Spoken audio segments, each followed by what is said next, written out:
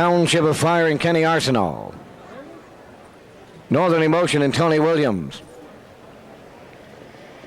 Muggernick trailing Danny McDonald. First race, Cup and Saucer Night.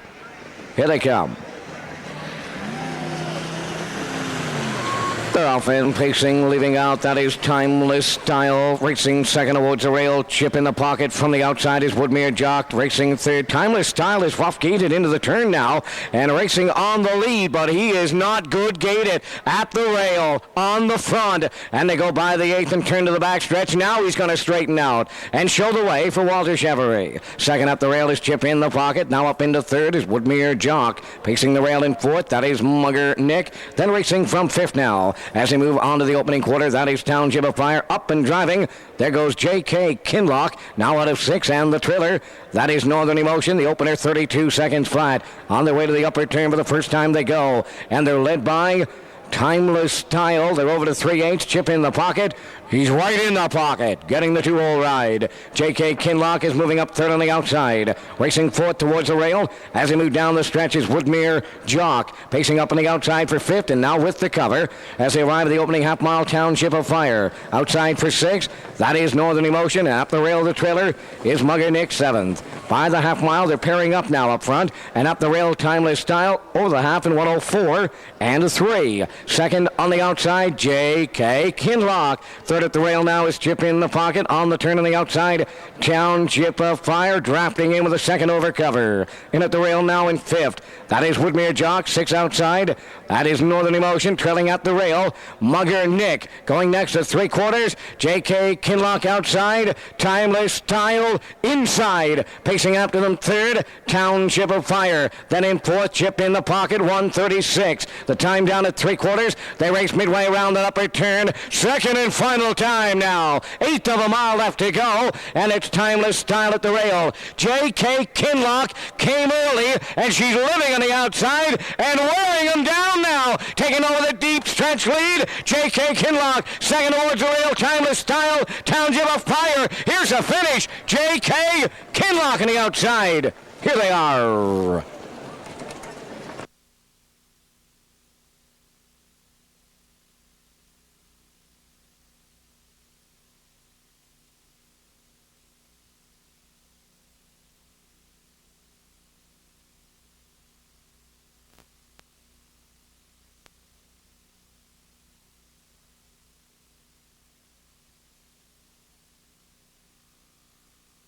Now returning into the winner's circle.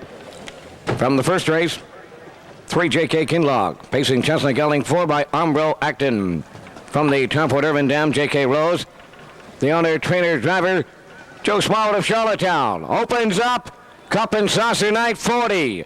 With J.K. Kinlock in the slop, 206, 3/5. PEI Emporium, cooler presentation in the first. Now the official results, 1 Chip in the pocket was 6, 2 was scratched. 3 J.K. Kinlock the winner. 4 Woodmere Jock fourth. 5 Township of Fire third. 6 Northern Emotion fifth. 7 was scratched. 8 Mugger Nick seventh. 9 Timeless Style second. Fractions were 32, 104 and 3. 136, 206 and 3. Reach fast is 4-8, owned by Gerard Baldwin of Mount Stewart and Barry McLeod of Cardigan. The driver Toby McDonald. Number 2, Shipbroker, owned by Blaine McKenna of Elmsdale. The driver is Walter Chevrolet. 3 is O'Brien's Wish, owned by John McLean of Moncton, Len McGuigan driving. Glenny's Glory is 4, owned by Randall Matthews of Shubenacadie. Robert Laffin will drive. Max Seald is parading. 5 is Eloise Wood 2, owned by Blair McKenzie of Truro. Gary McDonald up. 6 is Twin Bee John Boy, owned by Andrew Simpson and Brian Sterling St. John. Kenny Arsner drives. Number 7 is Nancy Yell, owned by Robert McLeod of Fairview. Brian McPhee driving. 8 is Chipper Bold, owned by Ernest Gillis of Malvern, Nova Scotia. Stephen Murphy driving. 8 minutes wagering time now, tonight's second race. Ladies and gentlemen, lineups are going to be long, so wager early. 8 minutes, race 2 post time.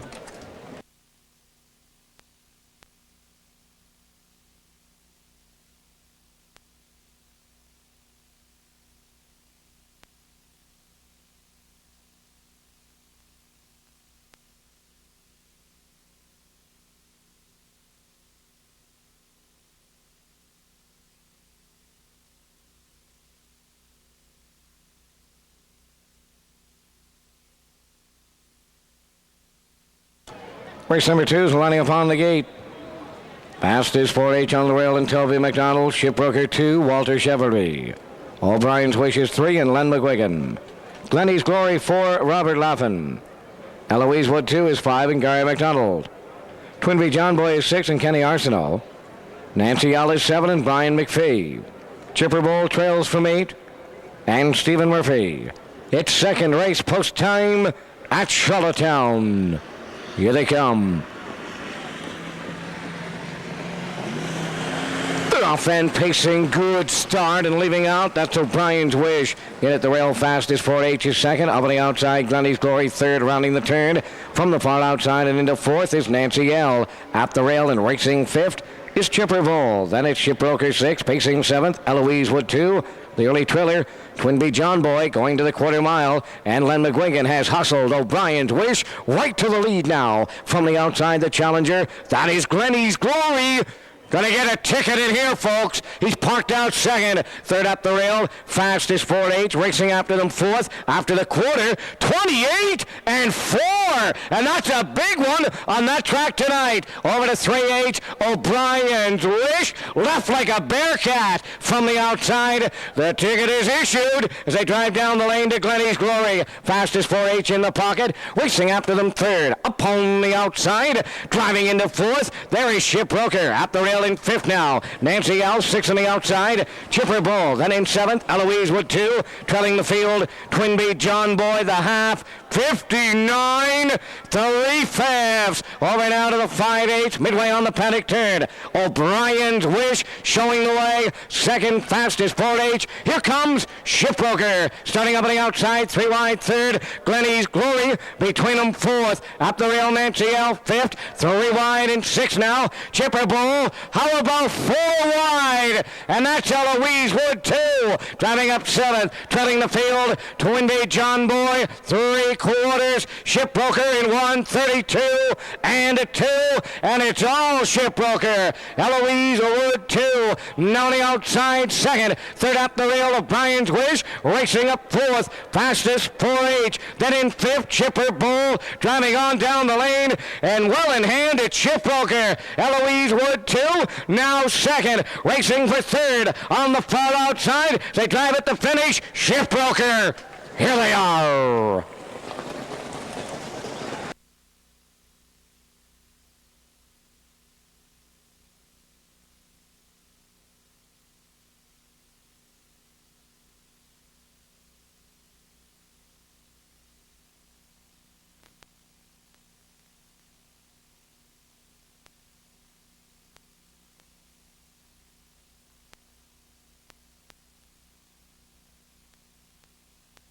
Now returning into the winner's circle in race 2, the number 2 entry is Shipbroker, pacing Brown Stallion, a 5-year-old son of Albert from the praised Dignity Dam.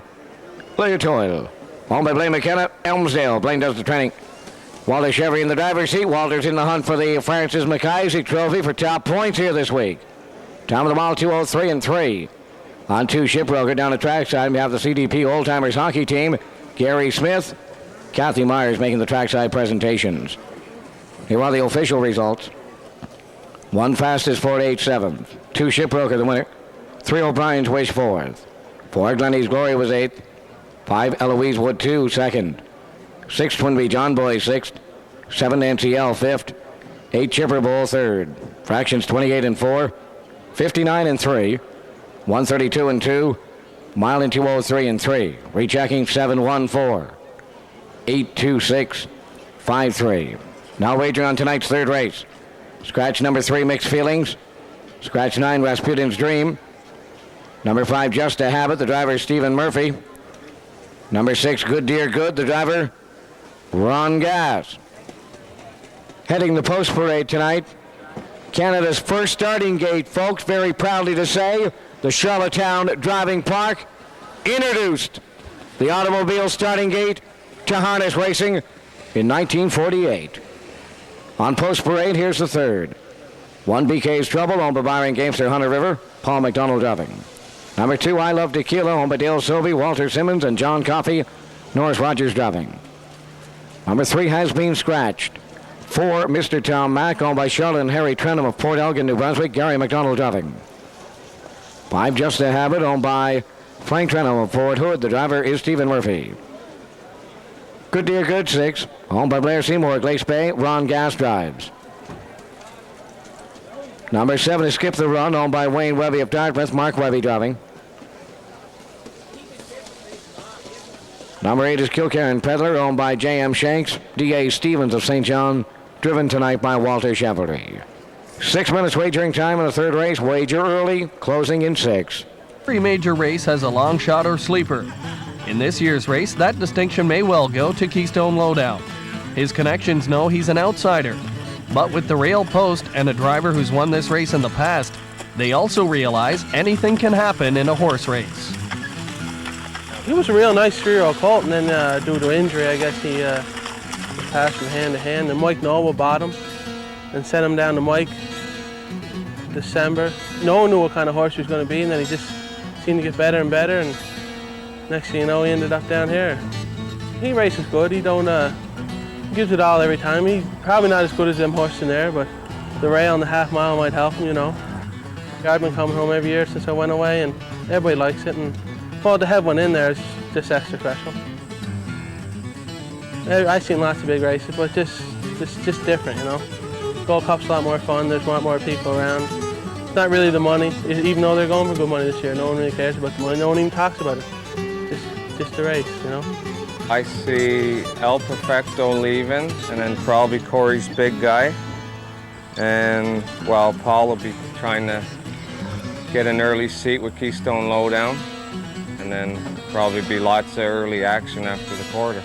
He can leave off the gate real good, but like I say, if he's that class of horse, if he gets away 3, he'll be real good, you know. It'd be nice to get a 2-hole trip in behind Corey's Big Guy or El Perfecto, whoever makes front.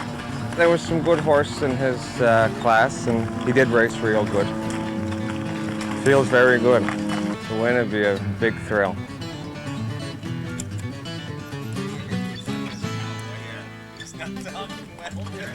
So a good look at Keystone Lowdown. He'll leave from post position number 1 tonight in the $59,500 APM Gold Cup and Saucer. Paul McDonald, the driver from the rail, and Greg, that was a great look at Elwood Lawton's farm as well. He has Southview Matt, of course, coming up in tonight's big race, and also was providing accommodations for a couple of the entries in this evening's event. One of the more popular destinations each year when people bring horses for the Gold Cup and Saucer. His farm is second to none. We've had the opportunity to visit there the last couple of years doing up our feature stories, and what a facility. A 5/8 mile training oval, overlooks the water. He's got a first-class indoor facility. He's got a brand new state-of-the-art walker. He's got a swimming pool for the horses. Just a first-class facility, and the results are showing in some of the horses that stable's been putting out this season. Are they ever? We saw a 2-year-old colt from his stable, Southview Sabre, set a new Atlantic Sire Stakes record right here at the CDP a little earlier on during Old Home Week. It's been a busy time with racing afternoon and evening all throughout the week, and some great action. More of it still to come. More of it coming for you in just about a minute from now. You're looking at number 7, Skip the Run, for Mark Webby tonight. We'll get a look at him over the off-track conditions. He's 3 for 4 in his career. A 2-year-old son of Run the Table, driven by Mark for his father, Wayne Webby, the owner from Dartmouth, Nova Scotia.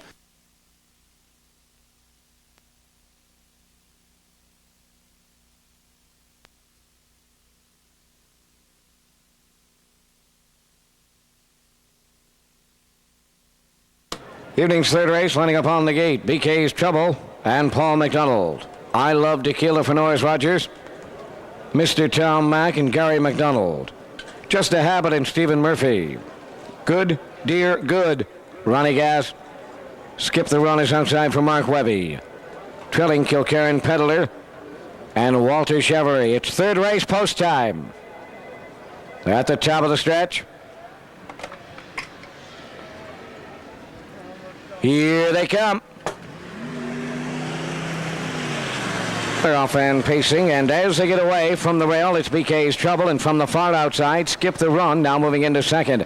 Inside in third, that is Kilcairn Peddler from the turn, and racing fourth, I Love Tequila.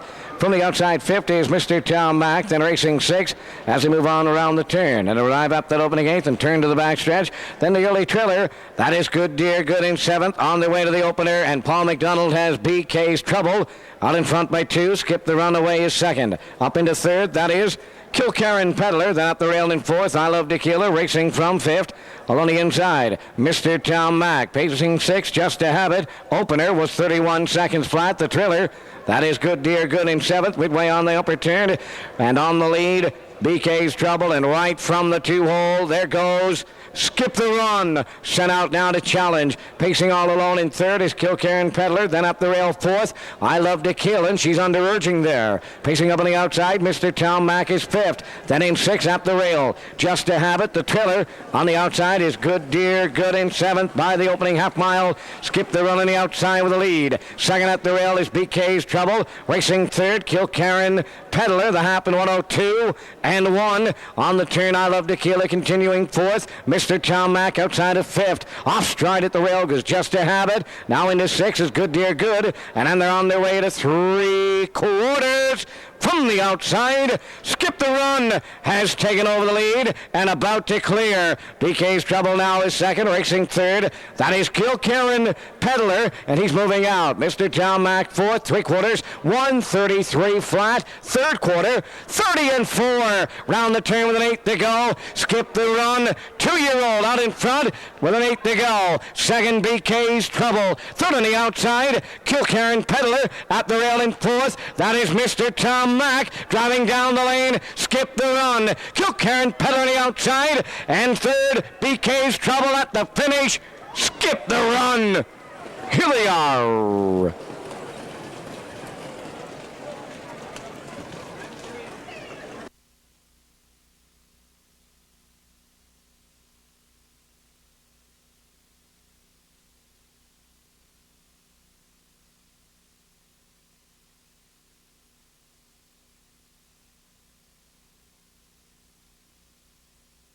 Now returning into the winner's circle in race number 3, the 7-3 Skip the Run, by pacing called 2 by Run the Table.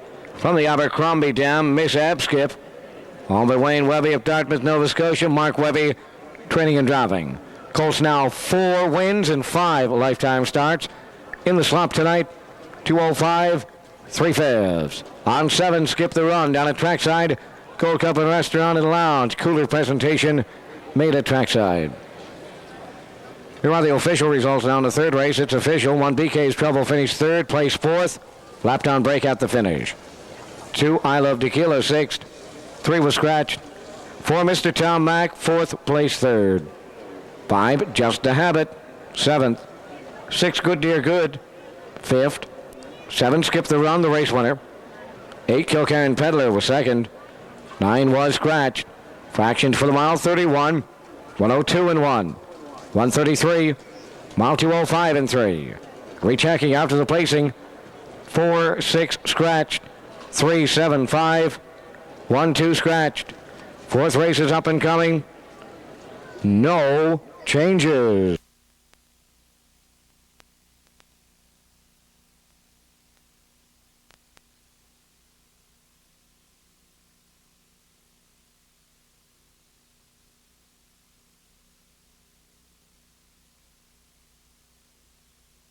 Entering the track of the Pacers and their drivers in race number 4, Mr. Big Subs pays. On post parade, 1 Cosmic Chaos, owned by Fred Lamont of Calgary, Alberta, the driver David O'Brien. Number 2, Charlotte's Bud, owned by Lee Hicken of Montague, the driver is Brian McPhee. Copeland Comet 3 is owned by Wayne Webby of Dartmouth, Nova Scotia, the driver Robert Laffin. 4 Pans 2 Reason is owned by Diane Gass of Cornwall, Ron Gass driving. Number 5 Shaky Ground, owned by Alfred Barrio of Dieppe, Yvonne Barrio, Joe Barrio driving. 6 is Dexter's Caitlin, owned by Willard McLeod of Cornwall, Len McGuigan driving.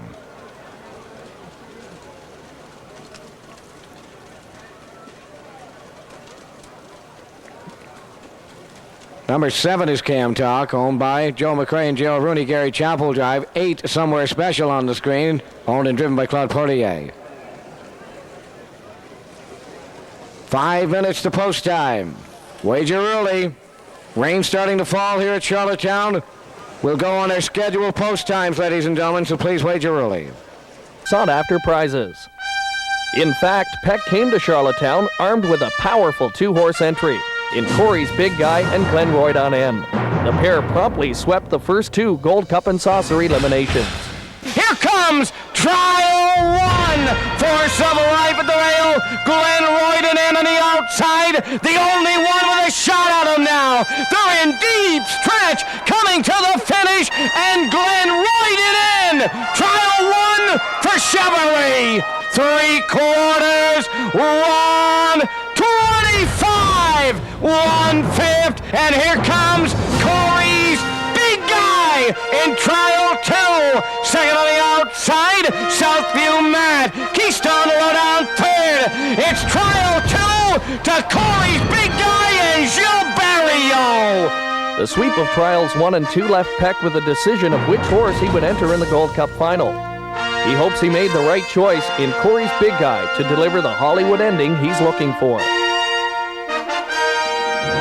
Locally owned El Perfecto is hoping to upstage the U.S. Invader.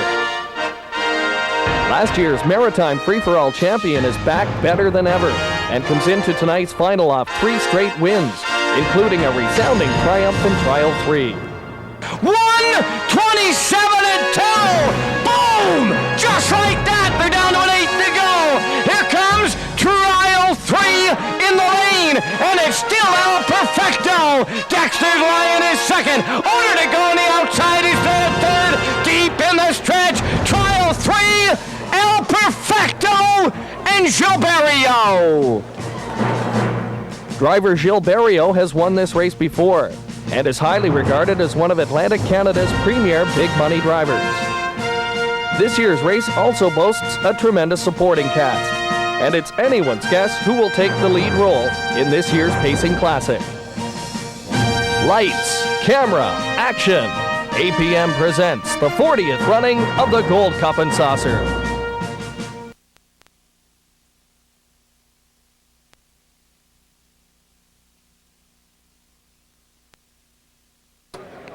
Fourth race, sponsored by Mr. Big Subs. Going to the starter. Cosmic Chaos 1, David O'Brien. Charlotte's Buddies 2, Brian McPhee. Copeland Comet 3, Robert Laffin. Pans the Reason 4, Ron Gas. Shaky Ground 5, Joe Barrio.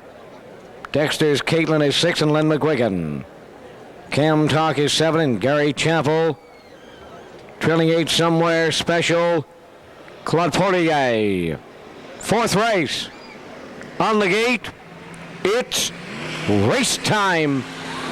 They're off and pacing. Copeland, Comet, and Pans to Reason, chasing the gate out as they move into the turn now. Pacing third up the rail is Cosmic Chaos, into the turn in fourth. Somewhere Special now into the rail and racing from fifth as they move on around the turn. A pacing sixth on the inside. Shaky Ground turning to the backstretch. Then it's Dexter's Caitlin and the early trailer en route to the opening quarter mile. They're led by Copeland, Comet, and Robert Laffin. From the rail, Pans to Reason now is second, racing third. Cosmic Chaos, then at the rail in fourth. That is Somewhere Special. Up in a fifth after the opening quarter in 31 seconds flat. And off stride, that is Cosmic Chaos on the turn now. Over to 3/8, and the judges like the inquiry sign. On the infield tote board, hold on to all tickets.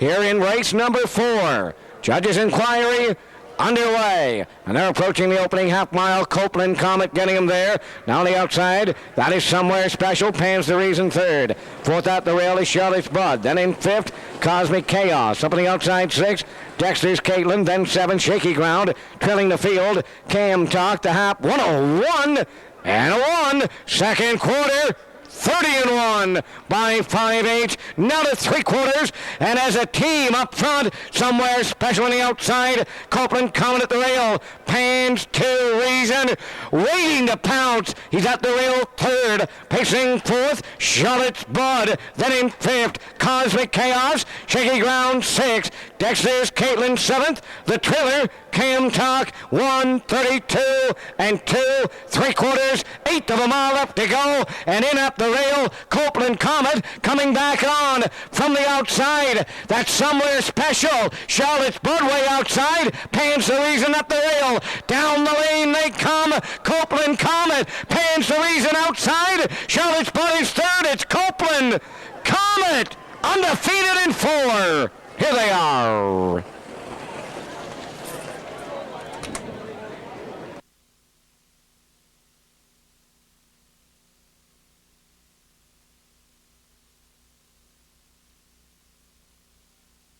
Inquiring the 4th race, one Cosmic Chaos made a break on his own. There was no violation to the racing rules.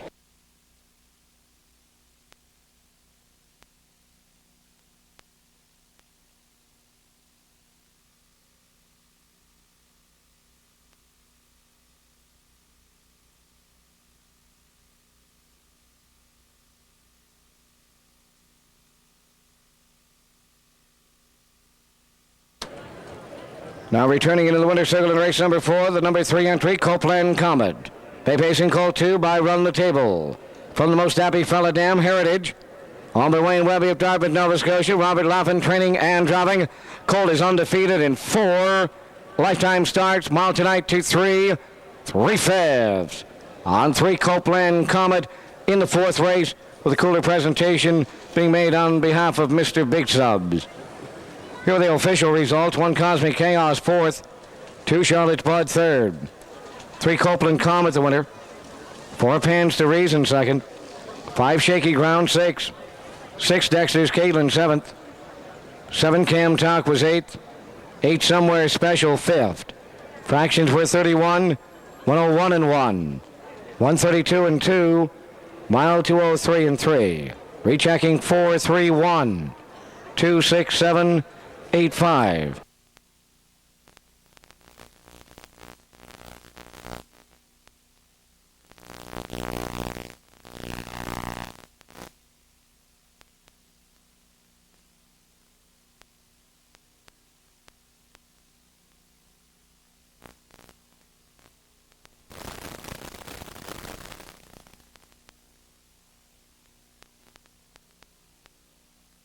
Entering the track now, 5th race, sponsored by Hearts and Flowers. 1 A Little Barney, owned by Wade Sorry Montague. The driver tonight is Gilles Barriol.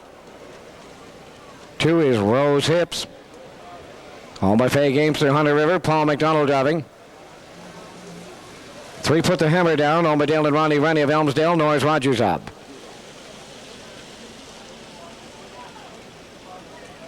4 is Stern Warning, owned by Laurel Stead of Montague, Walter Chevry drives. 5 Jesse's Joker, owned by Mary McKenna and Bill McKay, Bill driving.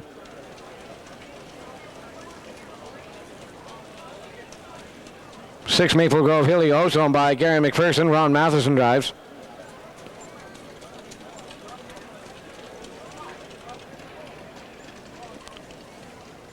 7 is Sunny Eclipse, owned by Hector White of Cornwall. Hector is parading, Mike McDonald will drive.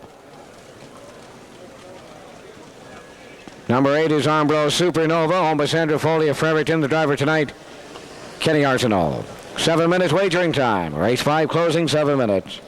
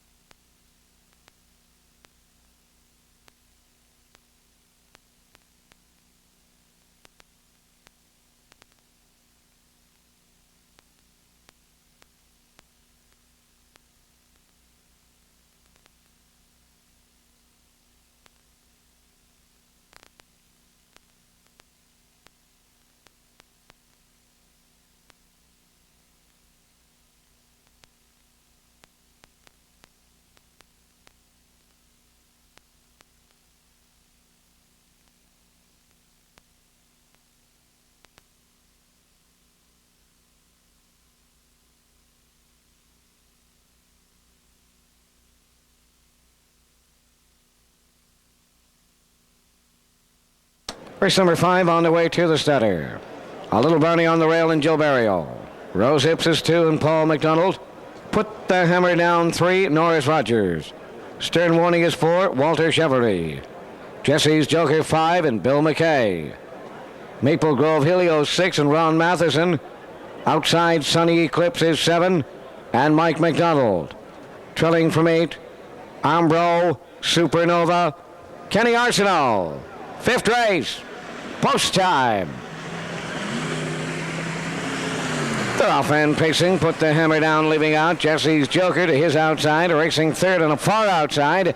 That is Maple Grove Helios, and at the rail in 4th into the turn is A Little Barney. Pacing 5th round the turn is Rose Hips, then in 6th towards the inside. As they go by that opening 8th, Ambrose Supernova is 7th. The early trailer, that is Stern Warning. Going up the backstretch, and Norris Rogers has put the Hammer Down on the lead. 2nd is Jesse's Joker, then in 3rd, Maple Grove Helios. Here comes Supernova flying up out of the backfield. Was 5th, 4th, 3rd, now 2nd, and going right on after the leader. 31 and 1 opener. Midway around the turn for the first time, Ambrose Supernova's on the run. They move off the turn now, and he is the heavy favorite, but he's back pacing down the lane towards the opening half mile. Put the Hammer Down, we'll get him there. 2nd up the rail now, that is Jesse's Joker, racing 3rd, Maple Grove Helios. Now from the outside, Ambrose Supernova coming back, racing on the outside with the cover, Stern Warning. Then up the rail, that is Sunny Eclipse 5th. Up on the inside for 6th, Maple Grove Helios. Then 7th,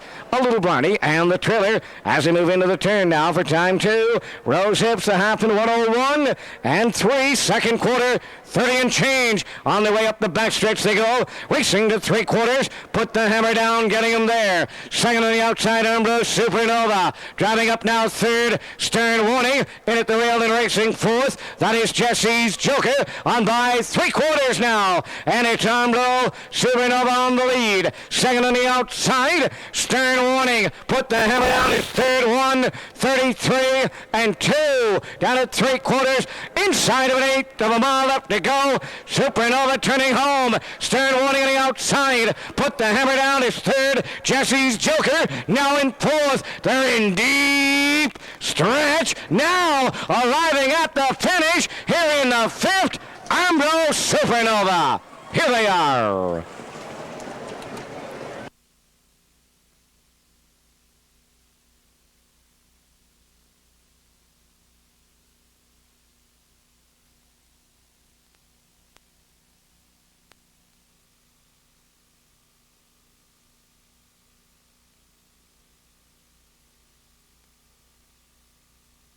Now returning into the winner's circle in race 5, the number 8 entry is Ambrose Supernova. Bay pacing, gelding, a 3-year-old son of the great Cam Fella. From the Bee Gees Bunny Dam, Ambro Bramble. On by Sandra Foley, Freverton, Sandra Training. Kenny Arse's in the driver's seat, time of the mile, 2:04, 1/5. On 8, Ambrose Supernova in the 5th. On the trackside, Hearts and Flowers, cooler presentation made. Here are the official results. Race 5 officially. 1, A Little Barney 2nd. 2, Rose Hips was 8th. 3, Put the Hammer Down 4th. 4, Stern Warning 5th. 5, Jesse's Joker 3rd. 6, Maple Grove Helios 7th. 7, Sunny Eclipse 6th. 8, Ambrose Supernova the race winner. Fractions were 31 and 1, 101 and 3, 133 and 2, mile 204 and 1. Rechecking top down, the program reads 284, 537, 61. Wagering now tonight's 6th race. Rockland Heritage is owned by Kerry Privet of Dartmouth, Gary McDonald driving. Number 3, E&R Elixirs, owned by Roy Buell of Murray River, Lenny Myers drives. 4, Kendall Python is owned and driven by Jeff Lilly of Dartmouth. Number 5 is 4x4, owned and driven by Tim Mercedes St. John. 6 is Gabarreau, owned by James McPhail and Gary Lather. The driver tonight is Lee Campbell. Number 7, Forest Hill Elixirs, owned by Sterling Constable, Earl and Lewis Power. The driver, Toby McDonald. Number 8 is The Trotter, Brookbridge Gold Star, owned by Louise Beaton of Charlottetown. Jack Bernard in the sulky with 9 minutes to post time. Big in stature and possessing a big engine, Corey's Big Guy certainly lived up to his advanced billing with an impressive win in Gold Cup and Saucer Trial 2. It's Trial 2 to Corey's Big Guy and Gilles Barrio. I think that he will be a little bit better. I think I said to you last week, I thought he would peak in a week or two because he hadn't raced in 2 months. And this is another week, and he's been good all week, and he feels good and acts good, and he seems ready to go. And I talked to Clarky Smith that owns the farm here, and he says he notices a big difference in him this week. He seems to be sharper. It was the first time that co-owner and trainer Greg Peck had raced Corey's Big Guy since claiming him 6 weeks earlier for $65,000. Needless to say, Peck was elated with his horse's performance. I'm a real competitor. My life is probably one big competition, and I want to win the race. That's for sure. That, especially now, as I say, you feel the pre-race hoopla, the fact that they seem to be focusing on Corey's Big Guy. So the pressure's on, that's for sure. But it'll be interesting as to what'll happen. I think that if you asked anybody around what they assume is going to happen, some of the inside ones will leave, and we'll see what happens from there. The thing about Corey's Big Guy, though, is he's a lazy kind of a horse, and he kind of likes to rough it along a little bit. It seems to get him up on the bit. But the big thing is I have a lot of confidence in Paul McKenzie. I really do. I did before. Paul was always my choice. Gilles did a masterful job on the horse. I mean, he's just a great, great driver. But I have a lot of confidence, as I say, in Paul. And he'll do the right thing. The night we claimed him, Kenny Abramowitz, my partner, was the one who wanted him. He had watched him race over the last couple of years, and he sort of really idolized that horse. He said that as a spectator, that horse raced some of the best races he ever saw a horse race. And we went to the Meadowlands, and I looked at him. He didn't look good, and I really didn't want him. And it all came down to Ken had the faith in the horse, and I guess the faith in me that I could maybe bring the horse back to what he was, because he hadn't been good for a while. I did expect a lot from Corey's Big Guy, and I expect a lot again this week, but it's a horse race, and that's why they race them. And as I heard Brian Gumbel say one morning on the Today Show, the great thing about sports is, and harness racing being a sport, is unlike going to a movie where the guy is usually going to get the girl. In sports, you never truly know what the outcome will be. So that's what made last week exciting, and this week just as exciting.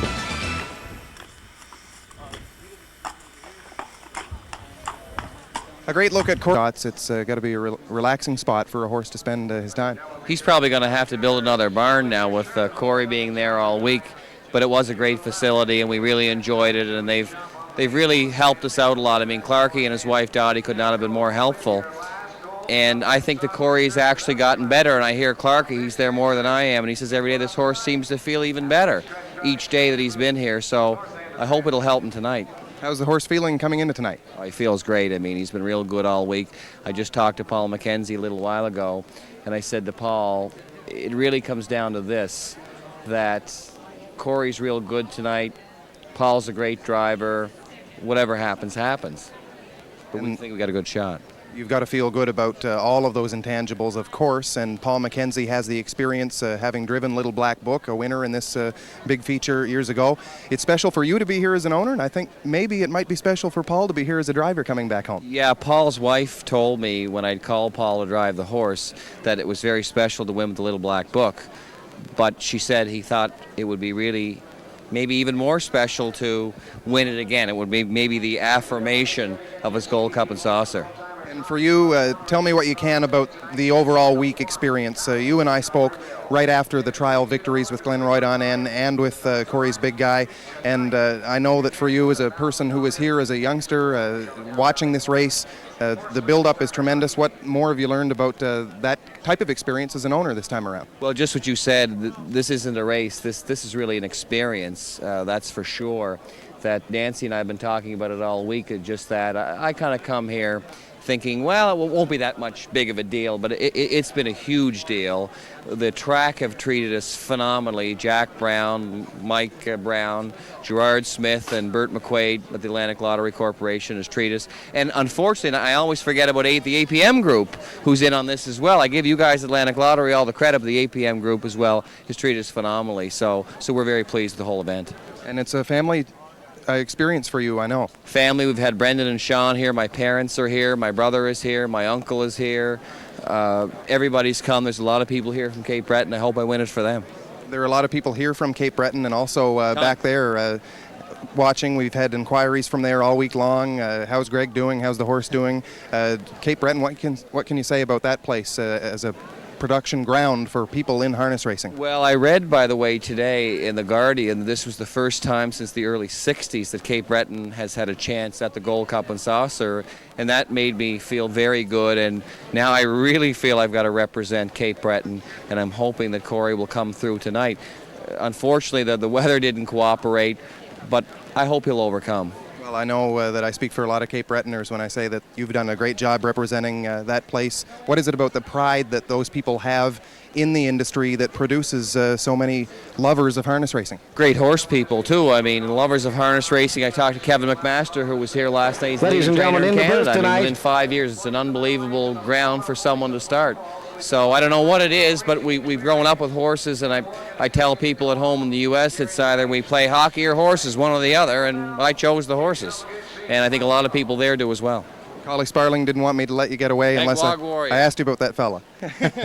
Collie I've known for how many years? I guess I've known Collie, well, I'm 35, so I've probably known him 30 years, and hello to him. I wish he was here tonight, and he's always been a friend of my dad's. I think the Collie will be looking at this with interest, and who would have ever thought in the early 70s that we had Pegwog Warrior that we'd have a contender in the Gold Cup and Saucer? It's a lot of fun watching you enjoy this experience, and I want to wish you the very best of luck tonight. Thanks very much. That's Greg Peck, co-owner, along with Ken Abramowitz of Corey's Big Guy. He's leaving from post position number 5. We had a great look at him just moments ago. You've got 2 minutes before post time on the 6th race as we approach the midway mark, and we'll take a look at You're the Man GB as well. For Dr. Ian Moore, success in the harness racing business is nothing new. Over the years, he has campaigned many top invitational pacers, including former Gold Cup and Saucer winner, the Papermaker. But even Moore admits the latest pacer to carry his stable's colors has brought mostly frustration. I had lost my confidence, and I guess the horse did as well, so I just started all over from scratch with him and changed a lot of equipment and the way we do things with him. I originally tried to go with what was told to me that was on him up there, and it hadn't worked for down here. So I hadn't gone a run like that for an extended period of time where I've had bad luck or bad misfortune, whatever you want to call it, with a particular horse. And we were rather very surprised and pleased, I guess, on the way things transpired on the weekend. He's a very deceiving animal. He's in the barn. He's a real quiet, sweet little horse, I guess is a good way to describe him. In recent years, I've had usually hard to handle unruly stallions around him, and this horse has been a treat that way. But on the track, which is where all the situations develop with him, he seems to be getting better every day. In fact, I trained him here this morning, Thursday here at Charlottetown, and he just trained super good. He walked in between 2 trips there, went a doubleheader with him, came in last quarter in 28-4, I'm on 18, so I was very pleased with him again this morning. Pre-game strategy, I guess, you know, it'd be nice to, since I have the 2-hole, it'd be nice to leave and wind him right out of there, but based on what's happened in the past few weeks, I don't think I can do that with this horse, and I think I'd just like to make sure that I get around safely and everybody else does as well, so I'll probably just ease him off the gate and look for a spot in the rail and go from there. It's the pinnacle of harness racing down here in the Maritimes where we live, and it's a tremendous moment, and you certainly don't forget it. You remember it, you have visions going through your mind when you go home that night and for several nights thereafter. It's a great feeling. It's really special to be in this. This will be the 6th time for me. The only time we're on the board was when we won it in 1988 with the Papermaker, but each and every one of the other times was a very special moment. Especially when we're in the paddock, when you're the last race getting ready to come out and everybody's there and all the cameras are there, and and the lights are going down, all that sort of thing. That's a really big moment. And each year seems to be different, and I'm sure that I'm going to enjoy this moment as much as I have in the past 5 times as well.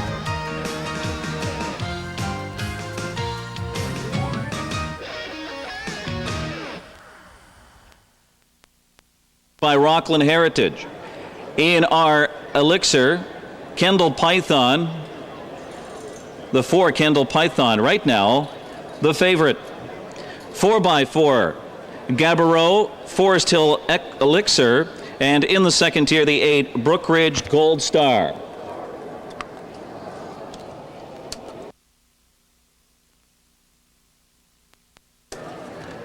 It's post time for the 6th race.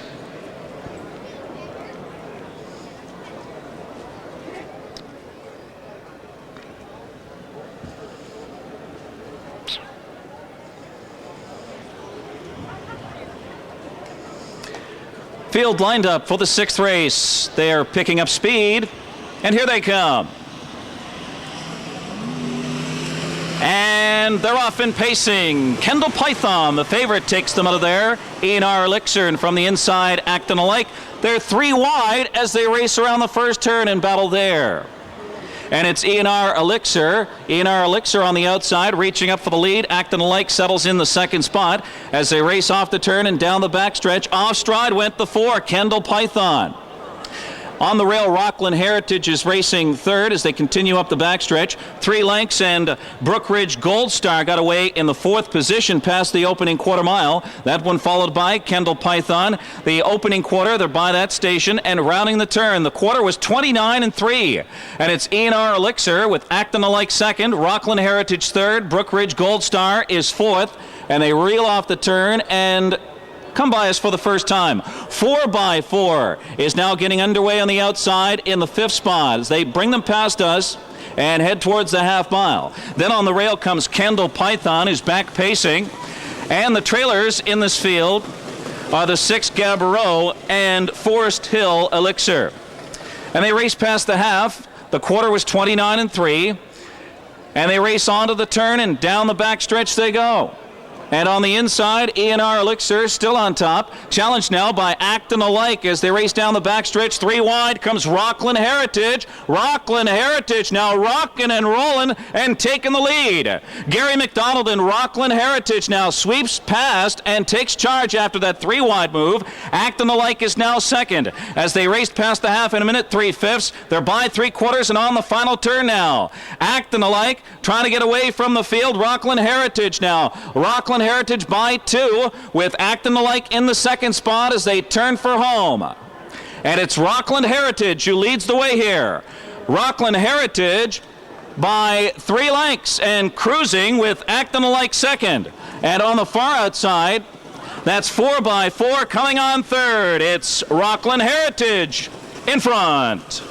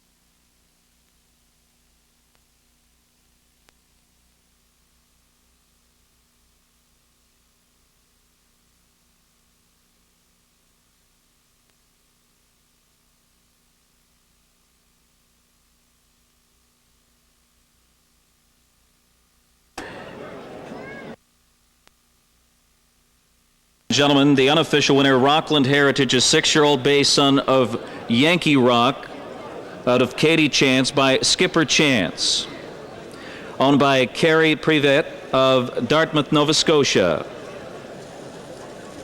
Is that the trainer, Lynn Privet. Winning driver, Gary McDonald. 4th season victory for Rockland Heritage. The mile tonight, 2, 3, and 3. Presenting the cooler in the winner's circle, the Kiwanis Club of Charlottetown.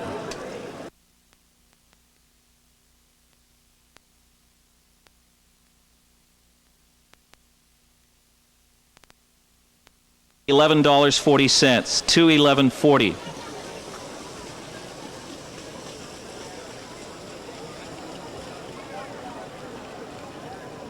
Here's your top down for the 6th race. 218-53674. The Quinella 1-2, $15.40. 1-2, $15.40. Once again, the top down for the 6th. 218-53674. 29 and 3, a minute 3/5, 132 and 2. 3/4 time was 132 and 2. The mile 2-3 and 3/5. Race tonight sponsored by Alpine, Canada's first starting gate, and it'll rigid right here. The driving park in 1948 heads the post parade. One Day Long Rain is owned by the Grand Legacy Stable, driven by Danny McDonald. Punnell Bay Dancer 2, owned by Gary McGuigan of Charlottetown. Von Doyle drives. 3 is Eagles Buff, owned by Jamie Vesey, Dunstaffanage. Wade Myers driving. Aqua Run is 4, owned by Bill Andrew Calgary. Gary McDonald up. 5 is St. Elmo, owned by Dale Selby Summerside. Norris Rogers driving.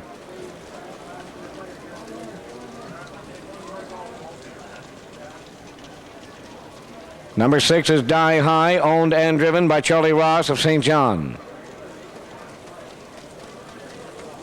7 is BJ Odyssey, the driver Bert Honcoop co-owns with John Clary. Number 8 is Chestico Charlie, owned by Daryl McDonald.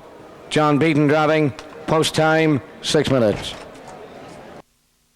Those people on the electronic highway the last time around, and Greg, you've got someone as well? Well, we've had a lot of response to our email, and we just had a young gentleman named Brad drop by, and he wanted to say a special hello to Blair and Rhonda Taylor joining us tonight watching from Calgary, and they sent us an email last week, and notice the haircut. I just wanted to tell you that. 3 minutes here. We've got a little bit of time to have a look at this 7th race field, Greg.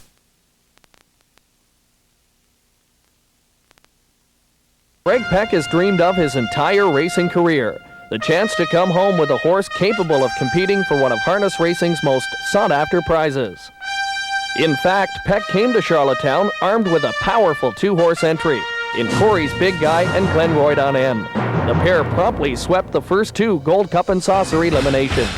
Here comes Trial 1. Force of Life at the rail. Glenroyd and N on the outside. The only one with a shot at him now. They're in deep stretch, coming to the finish, and Glenroyd and N. Trial 1 for Chevrolet. 3/4, 1:25, 1/5, and here comes Corey's Big Guy in Trial 2. Second on the outside, Southview Matt. Keystone Lowdown third. It's Trial 2 to Corey's Big Guy and Gilles Barrio. The sweep of trials 1 and 2 left Peck with a decision of which horse he would enter in the Gold Cup final. He hopes he made the right choice in Corey's Big Guy to deliver the Hollywood ending he's looking for. Danny McDonald, 2 Punnell Bay Dancer and Von Doyle. Eagles Buff 3, Wade Myers. Aqua Run is 4 and Gary McDonald. St. Elmo 5, Norris Rogers. 6, Die High, Charlie Ross. BJ Odyssey 7 and Bert Honcoop. Chestico Charlie trailing for John Beaton. 7th race on the gate. Here they come. Race time. Third off and pacing Punnell Bay Dancer leaving out. Tucking in second is Eagles Buff, and from the outside third as they round the turn. Die High racing on the turn, and off stride goes Eagles Buff now. By the 8th pole, Von Doyle is put. Punnell Bay Dancer to the lead. Second is Die High, racing third at the rail. That is Delon Rain up into fourth as they move along the back stretch. Racing to the opening quarter. Then at the rail, Aquarun is fifth, then racing sixth. That is BJ Odyssey. Seventh is St. Elmo. And now the Triller. That is Eagles Buff. They arrive up the opening quarter. They were there 31 seconds flat. To the upper turn they go first time. Punnell Bay Dancer. Here comes action now. Driving up on the outside and set on to challenge as they move over to the 3/8. Racing there now as they move off the turn. It's Punnell Bay Dancer at the rail. Opening quarter was 31. They're down the lane in front of us, and the outside Aquarun is the challenger. From the rail and racing third, that is Die High 3 wide. That's BJ Odyssey, and the race is on the way now to the paddock turn. 3 wide to go. Punnell Bay Dancer the rail. Opening half. 104 and 1. Second now is BJ Odyssey, and at the rail third is Aquarun. Pacing fourth, Die High. Up on the outside fifth, that is St. Elmo. 6 up the rail, Delon Rain. Then in seventh as they move up the back stretch. And now the Triller, that is Eagles Buff. Over to 3/4 now.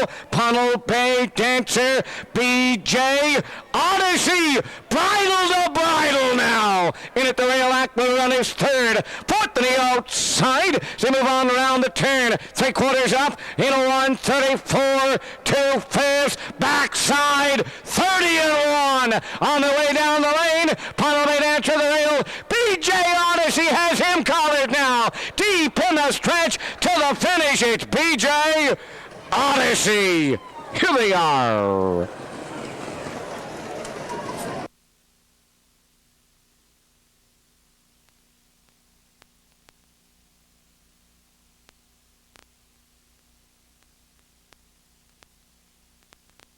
A 6-year-old son of Rebel Blue Chip from the Tar Boy Dam, Avon Mickey. Home of John Clary and Bert Honcoop of Monte Coop, Bert Training and Bert Drives. Tom of the mile 205 and 1/5. On 7, BJ Odyssey. In the 7th, Saki McDonald joining us tonight from Alpine Lager Beer. He's at trackside for the presentation. Here are the official results. 1 Delon Rain 5th, 2 Punnell Bay Dancer 3rd. 3 Eagles Buff was 6th, 4 Aquarun 2nd, 5 St. Elmo 7th, 6 Die High 4th, 7 BJ Odyssey the race winner, 8 Chestico Charlie was 8th. Fractions for the mile 31, 104 and 1, 134 and 2, mile 205 and 1. Rechecking 536, 274, 18. 8th race is up and coming. No changes. Additional line. A night very similar to this, a wet, windy evening. You had post 2 that evening. We know the result. You've got to be smiling right now. I kind of am, I guess. I might have been glad to see the rain come down this afternoon. Is that going to change your strategy at all coming into tonight's race? Probably not. If anything, it might help slow some of the other ones down. Might be an advantage for me. But I think my strategy would probably still be the same. Do you know anything about your horse on and off track? Yeah, we only raced him twice in the last 4 or 5 weeks, I guess. And the first time we raced him in Sydney, it was an off track there. It wasn't quite as bad as this, but it was muddy, and he raced very well that night. He seemed fairly sure-footed. Coming into this week, tell us a little bit about the preparation leading up to tonight's race. Well, we've been trying some different things in this horse the last few weeks because of the previous problems that we've had with him, and he seems to be very relaxed this week. Jogged, he was turned out for a couple of days after Saturday's race, jogged a couple of days and trained him a double header here on Thursday, and come the last quarter in 28 and 4 he trained very well. Turned out yesterday and today, and he's coming into the race as good as I'd like to have him, I guess. Feeling good coming into tonight? Me or him? Both. I guess both of us are. Great. Let's talk a little bit about the emotional aspect of it. Was back in 1988, a long time between wins. How would it feel to win tonight? Oh, it would be a really big surprise, I guess, first of all, because we're quite surprised and very happy to be here. There's always emotion surrounding this race, and I'm looking forward to it. Ian, best of luck. Thanks very much. All right, that's Ian Moore. He'll be driving You're the Man GB tonight from Post 2. Let's take you now to the post parade of Race 8.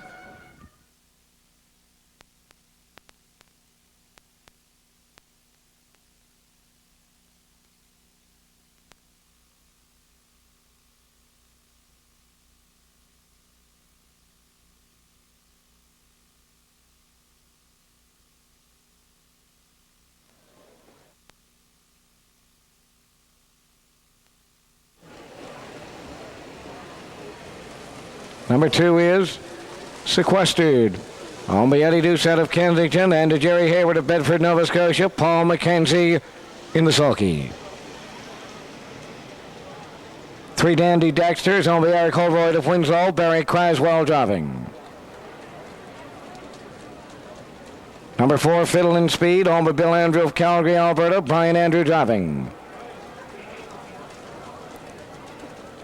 5 is CL's Glory. Bill Hicken drives for Betty Hicken and Bert Hannaveld of Montague. 6 Lucky Louie Lutz on by Don Sweet of Alberton. Norman Kennedy of Calgary. Brian McPhee's aboard. 7 Woodmere Chipper owned by Robert McKay, Stanley Bridge. Bill McKay driving. Clint's Joy is 8. Gary McDonald at the lines for Catherine McNeil of Sydney. 9 minutes to post time.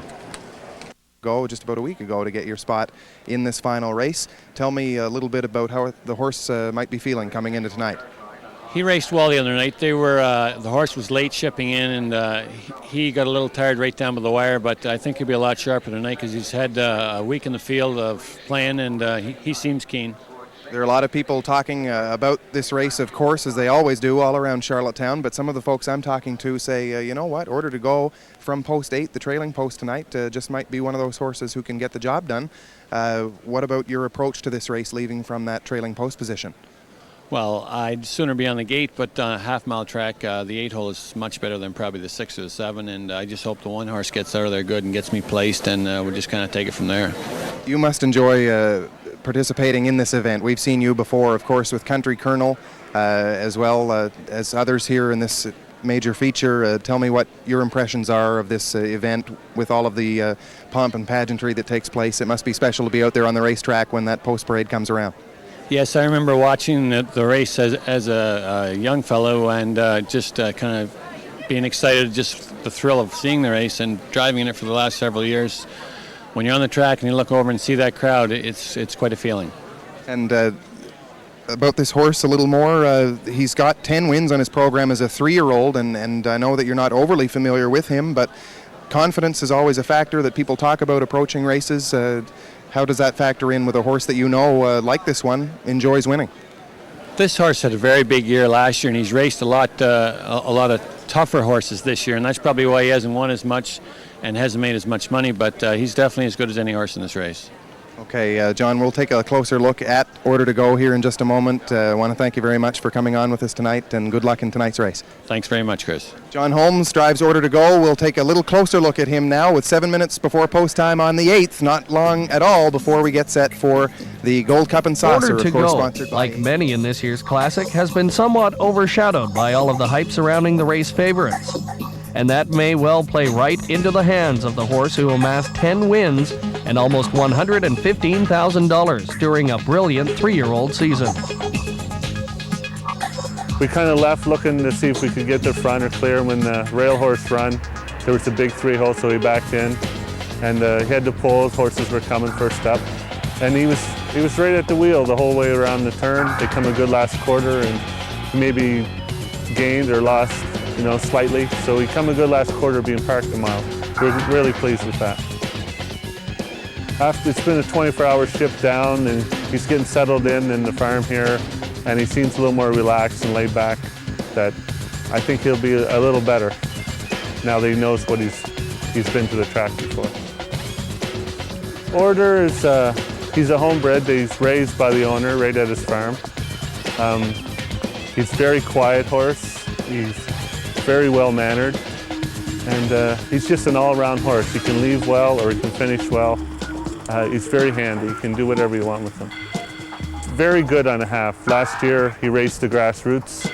It's like the B division of stake races up there, and they're pretty well all on a half, and he was very easy to get around him. He's more suited for a half, the type of horse he is, but they go for more money on the big track, so that's where he's at. Because of his quick speed off the gate, he's good to leave and get spotted. His best race is probably sitting second or third like most horses, and Woodbine with the long lane, then sliding out down the lane, because he'll have a good kick for you at the end. And hopefully Saturday night's trip will be something like that too from the 8-hole.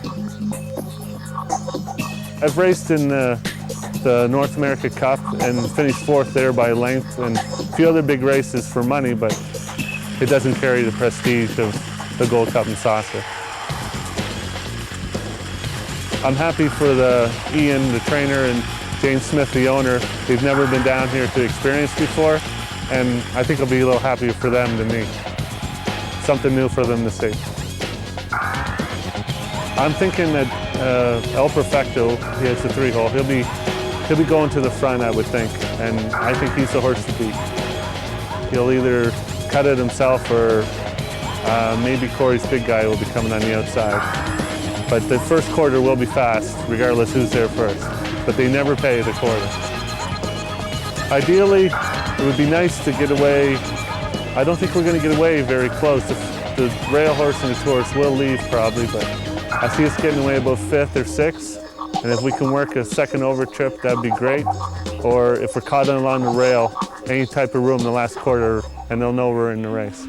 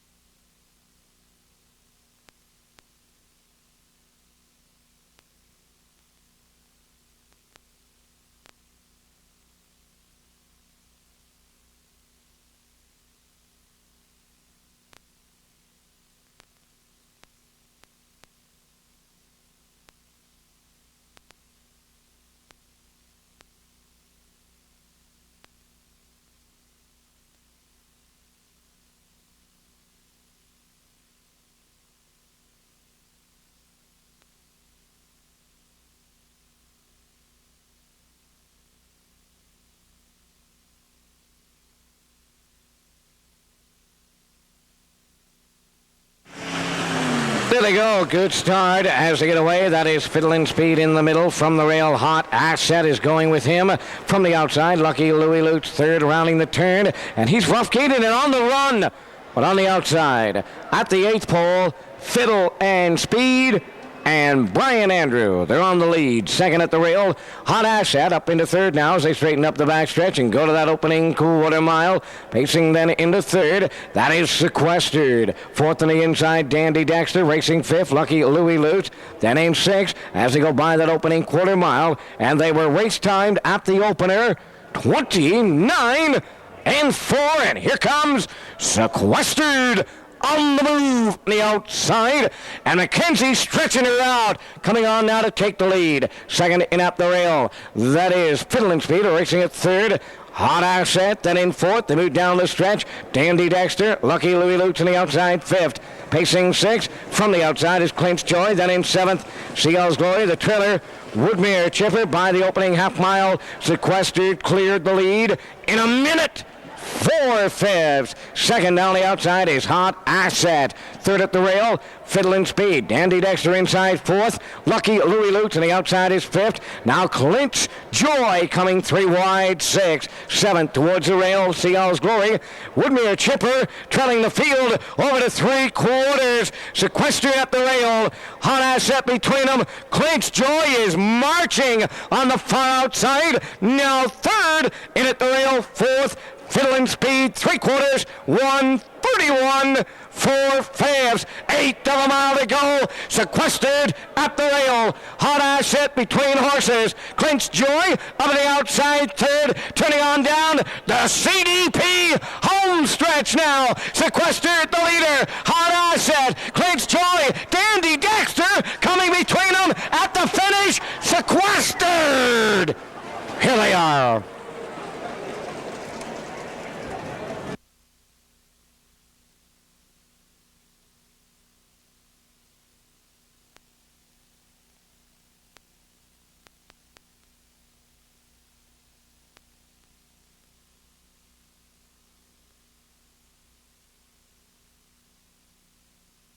Judges inquiring away now in race 8. Possible interference, 1 on 8 during the stretch drive.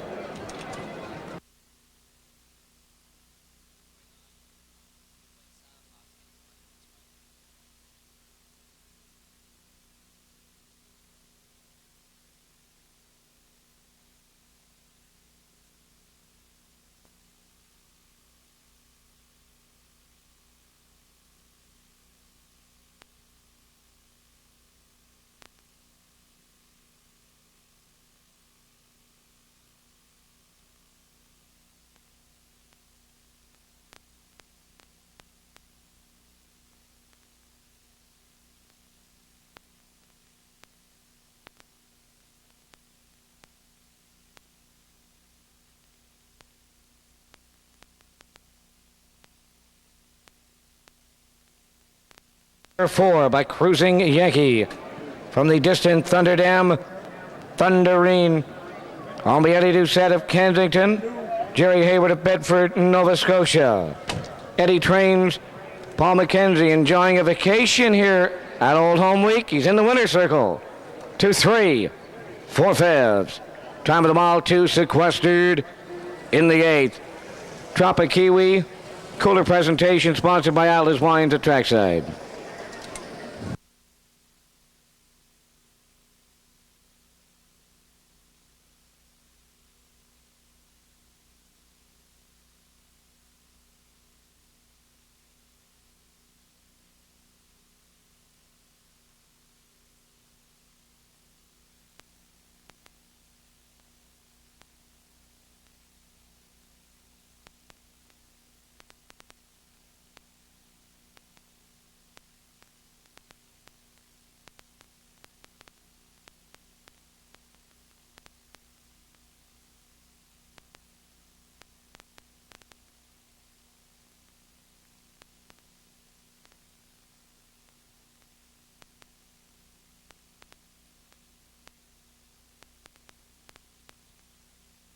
Carrying out number 8 in the stretch drive and leaving the racing surface into the first turn and being lapped on at the finish. Hot Asset first, place 4th.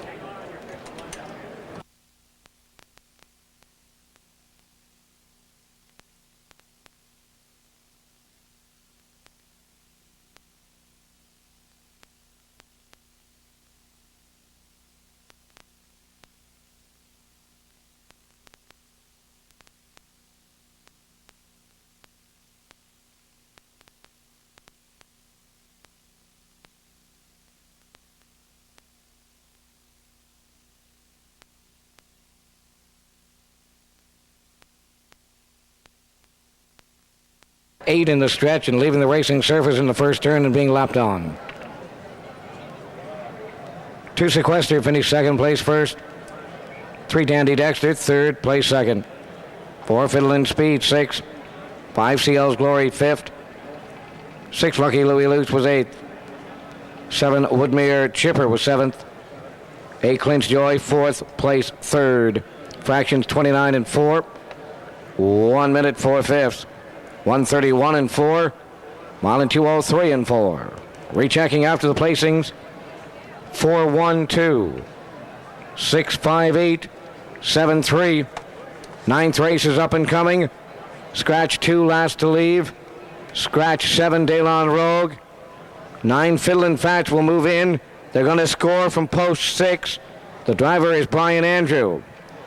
Week going for the Francis McIsaac Memorial Trophy. And Lee, I know it's a special time for you and your family. The trophy is named in honor of your dad, and Kenny Arsenault is one of those guys we've seen competing very strongly for this race. Gary McDonald, they've been establishing points all week long, and I know it's the 20th anniversary of this this trophy. What does it mean to you to be able to present this during Old Home Week? Oh, it means quite a bit, especially when there's guys like Gary McDonald, Kenny Arsenault, and Walter Chivary. And they're typical, they're racetrack guys, and they play things very close to the vest. But a couple of those gentlemen, all 3 of those actually have won before. And when you speak to them in the center field, it's not hard to tell. It means a lot to them. And it's nice to see that it means as much to those folks as it does to us. And we appreciate the efforts they put in.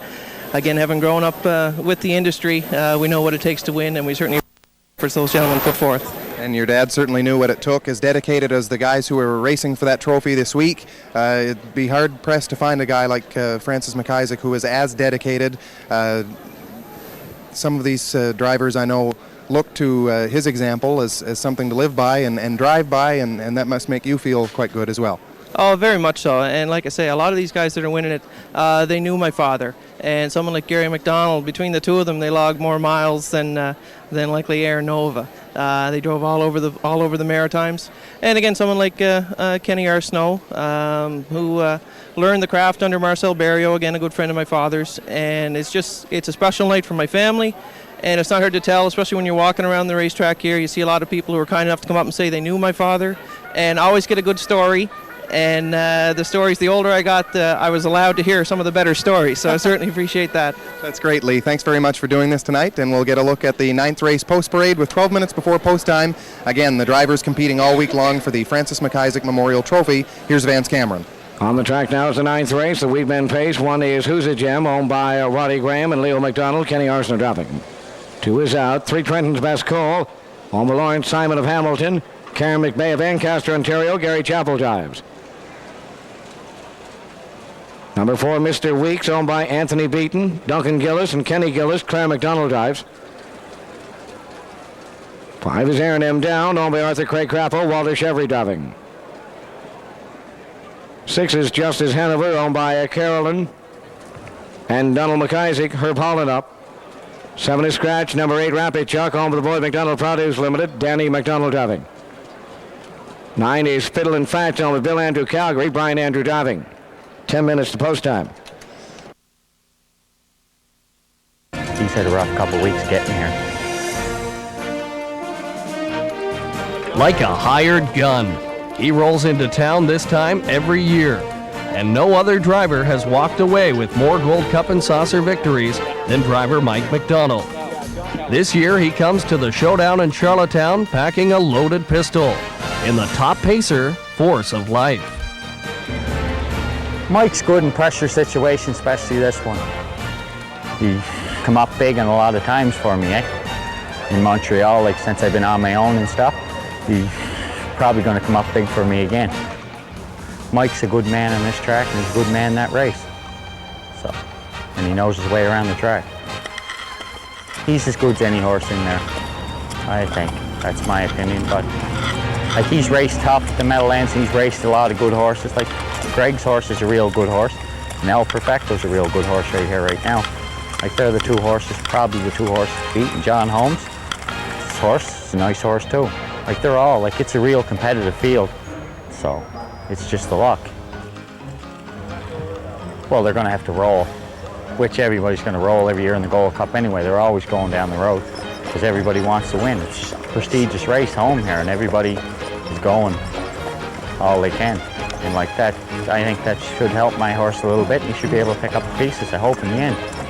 He seems like he's a better horse coming from off the pace than he is on the front. So we just hope a little bit of luck and maybe get the job done. It's probably the best race I've been in, and like, there's a lot of big races in the world, but there's none like this one. This is a big race, and it's eventually going to get bigger. Like, there's better horses come every year, right?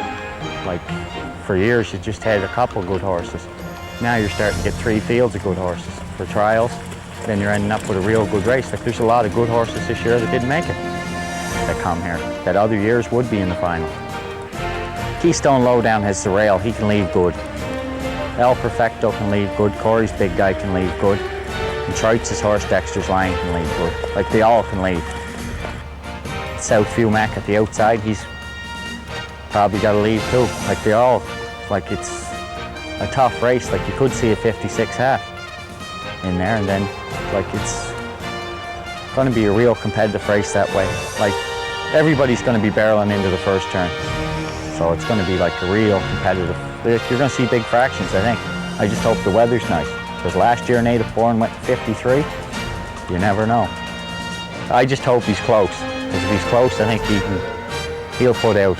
He'll be as good as any of them if he's close.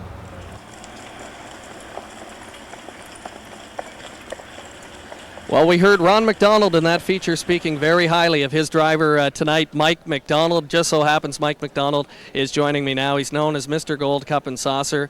First of all, Mike, I know Ronnie started off in Montreal working for you for a couple of years. Is there anything extra special tonight? Would you like to win it for Ronnie in a little bit more special fashion? Oh, yeah, Ronnie has a good horse now, you know, and it'll be good for Ronnie. You know, the better we can do, the better it'll be for him. He has a bunch of horses for this same guy now, and he's doing real well, and I was just fortunate that he got me to drive his horse. And Ronnie's done quite well for himself. He's been at Plain Ridge, the new track in Massachusetts, and really carving a name for himself there. Do you take particular pride in feeling that maybe you had a hand in helping him get a good start?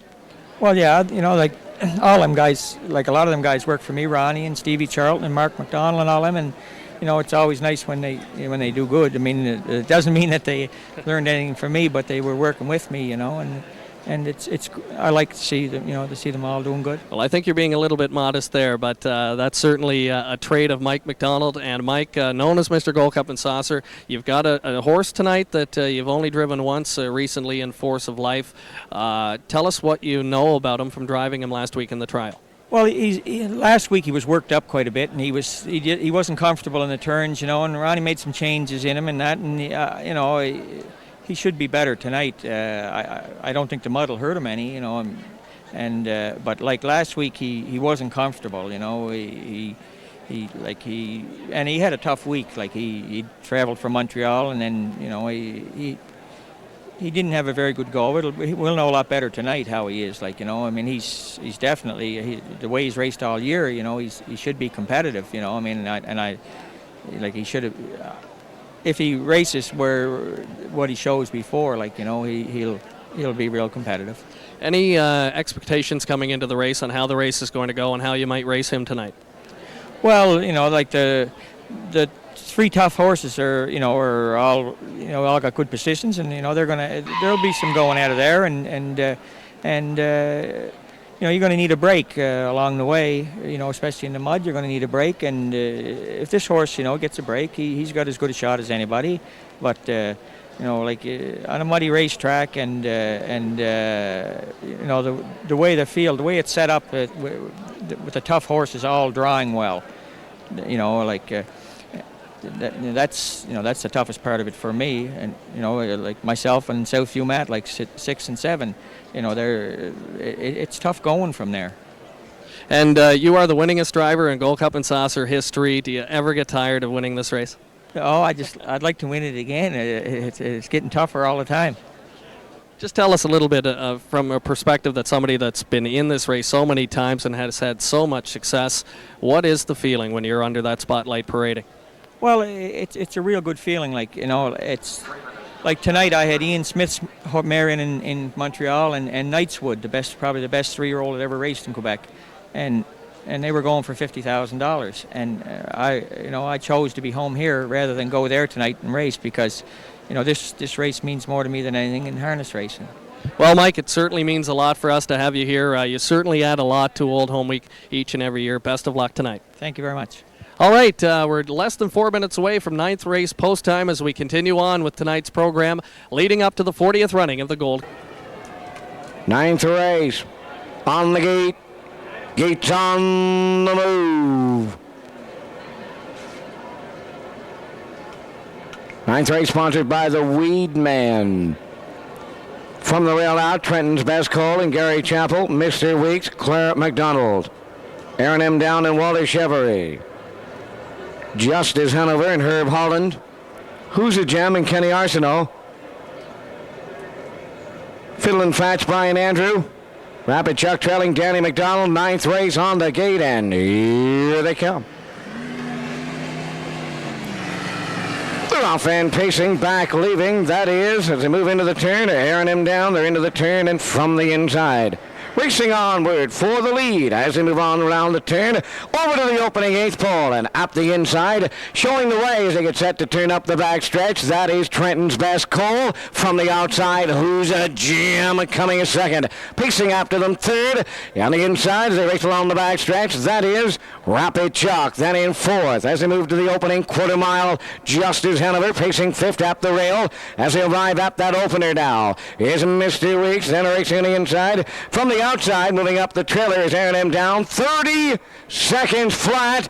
Opener over to 3/8. More action up front now. They move off the turn, race down the stretch. Opening half is coming. Trenton's Best Cole coming back on, driving on to the lead. Pacing a second. Now in at the rail as they're in front of us. First time around is Who's a Gem. Here comes Justice Hanover now. Moving third, following 4th.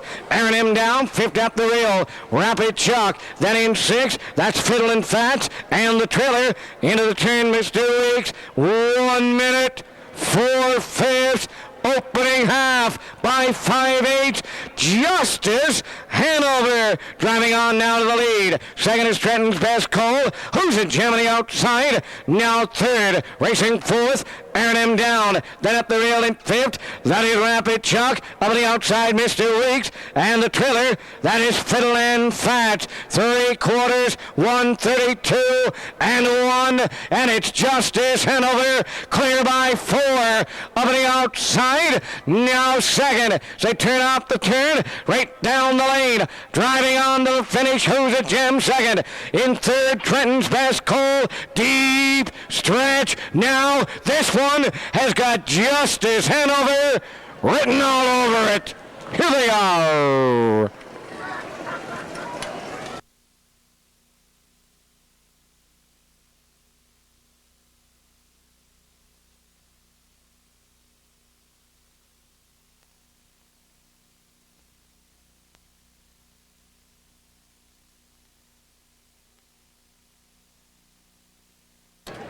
Now returning to the winner's circle in race 9. Number 6, Justice Hanover. Bay pacing gelding 8 years by Big Towner. From the Tar Heel Dam, Joe Hanover. Owned by Carolyn and Donald McIsaac of Inverness, Nova Scotia. Carolyn McIsaac training. Herb Holland in the driver's seat. Time for the mile, 2:03 and a 1/5. On 6, Justice Hanover. In the 9th, down at trackside, the Weedman cooler presentation. Here are the official results in the 9th. 1 Who's a Gem second. 2 was scratched. 3 Trenton's Best Cole 4th. 4 Mr. Weeks 3rd. 5 Aaron M. down 7th. 6 Justice Hanover the winner. 7 was scratched. 8 Rapid Chalk 5th. 9 Fiddle and Fat 6. Fractions of 30. 1 minute 4/5. 1:32 and 1. Mile 2:03 and 1. Rechecking 2, scratch 4. 3:71. Scratch 5/6. Race number 10 is up and coming. 10th race tonight. Scratch number 7, Eastwood Fred. Additional chart lines in the 10th race. Lucille, I think I'll turn it over to you. Again, for the folks in Quebec, we're extremely pleased that you could be joining us tonight. Lucille has some questions. Merci beaucoup. Bonsoir. J'aimerais souhaiter la bienvenue aux amateurs du sport du Québec et du Nouveau-Brunswick. Ce soir, c'est la plus grosse course attelée des provinces atlantiques.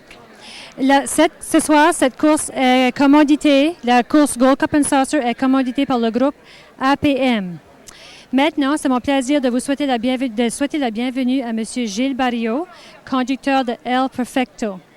El Perfecto sera le numéro 3 dans la course Gold Cup and Saucer. Bienvenue, Gilles. Bonjour. Ça va bien? Ça va bien. El Perfecto est en pleine forme ce soir. Tu l'as conduit 3 fois et tu as gagné les 3 courses. Quelles sont ses chances ce soir? Bien, il y a le numéro 3, puis là, j'ai mené le numéro 5 samedi passé, puis j'ai gagné en 54 et 3 avec. C'est lui le cheval à battre ce soir. Puis, El Perfecto est bon dans la boîte. La traque est pas mal pesante, là. Puis, c'est comme je te dis, je l'ai mené 3 fois, puis hopefully ça va continuer de faire. OK. Gilles a gagné la course Gold Cup and Saucer il y a 2 ans, en 1997, avec Comedy Hour. Son oncle, Marcel Barriot, est l'un des meilleurs conducteurs à l'hippodrome de Montréal. Marcel a gagné cette même course en 1983 avec le cheval Silent Class. La condition de la piste ce soir pourrait-il jouer un rôle sur le résultat de la course? Je pense que oui. La piste est pas mal pesante. Je pense qu'elle est 4 ou 5 secondes lente. Puis ça va tout dépendre comment le commencement de la course va aller. Moi, mon cheval il mène pas mal de la barrière. Puis il y en a 4 ou 5 là-dedans. Moi, je ne sais pas comment sa course va aller. Il me faudra un break ou deux. Puis si je peux avoir une bonne trip, je pense que je pourrais gagner la course. Tu penses qu'il va bien s'adapter? Je pense que oui. Comme je te dis, on ne sait jamais ce qui va arriver en arrière la barrière. Puis si ça donne bien, hopefully que je vais la gagner. Merci pour ton reportage. Bonne chance à El Perfecto. Merci beaucoup, Gilles. Merci beaucoup. Thanks to Lucille as well, and bienvenue à tous les spectateurs au Québec ce soir. Gilles, Lucille's spoken to you already about Silent Class a little bit and the tradition that goes along with that. You've won this race before with Comedy Hour. Tell me what it feels like to have the success that you've had in this race and be involved in an event that has the tradition such as this. Well, I've been in it 5 times. Like you said, I won it 2 years ago, and that was probably one of my greatest thrills in harness racing. And I'm just glad to be back tonight, and I'm a strong contender too, so hopefully things will work out and make it back to the winner's circle. Exciting to be able to drive a horse owned by Maritimers that has a legitimate shot tonight? Oh yes, they've been great to me, and I just can't say enough about them really, the whole syndicate, and Danny Romo and Joey Green, and they've been so good to me, and hopefully it'll keep going tonight. Good luck and bonne chance, Gilles. Want to wish you the best of luck. It's great to have you here, and I know that you'll do the best you can. Hopefully we'll see you back in the winner's circle a little later on. Yeah, hope to see you there. Lucille says bonne chance, and Gilles, of course, will be back with El Perfecto, leaving from post position number 3 in the race this evening, the APM Gold Cup and Saucer. It's the 40th running. We've got 11 minutes before post time on the 10th, and we'll show you the post parade for this upcoming. Bred son of Armbro Emerson. He's the current king of maritime racing, and he's hoping to add another jewel to his growing crown tonight. 2 years ago, we got together and talked about the idea of getting a horse that could possibly compete on the invitational circuit here in the Maritimes, and we've been very, very fortunate. Besides, it was Perfecto that we ended up with. Been very fortunate with the people that have been associated with him. We have raced him off the farm this year, and it certainly has made a difference. He's much more relaxed out there, much more playful, and he's come into the races in very good shape. There's no question about it. The Gilles in the last 3 drives in Woodstock and in Truro and here in Charlottetown on Monday night, three excellent drives. I think Gilles has the confidence in the horse and vice versa. I've been coming to this since I've been 13 years old, and one of the other members of the group is my brother, and he's been tagging along since he's been 11. And I know from talking with the other members, we've all been coming over to Old Home Week and Gold Cup and Saucers for a lot more years than sometimes we care to remember. I know it's certainly it is the most prestigious race in the Maritimes, and it certainly has exposure throughout Canada and now throughout North America. It means a lot, of course, to a native islander to be in the race. On the track and parading. 10th race, Norman MacPhail Memorial Phase. One Baby and Bad Dog, owned by Dylan Ronnie of Elmsdale, Norris Rogers driving. 2 is Mysterious Ways, owned by Brian Sterling of St. John, Kenny Arsenault driving. 3 is Island Samson, owned by David Rose and Stephen McDonald of Mount Stewart and Morrell, Gary Chappell drives. Glorious Scooter, number 4, is owned by Wayne Webby of Dartmouth, Robert Laughlin aboard.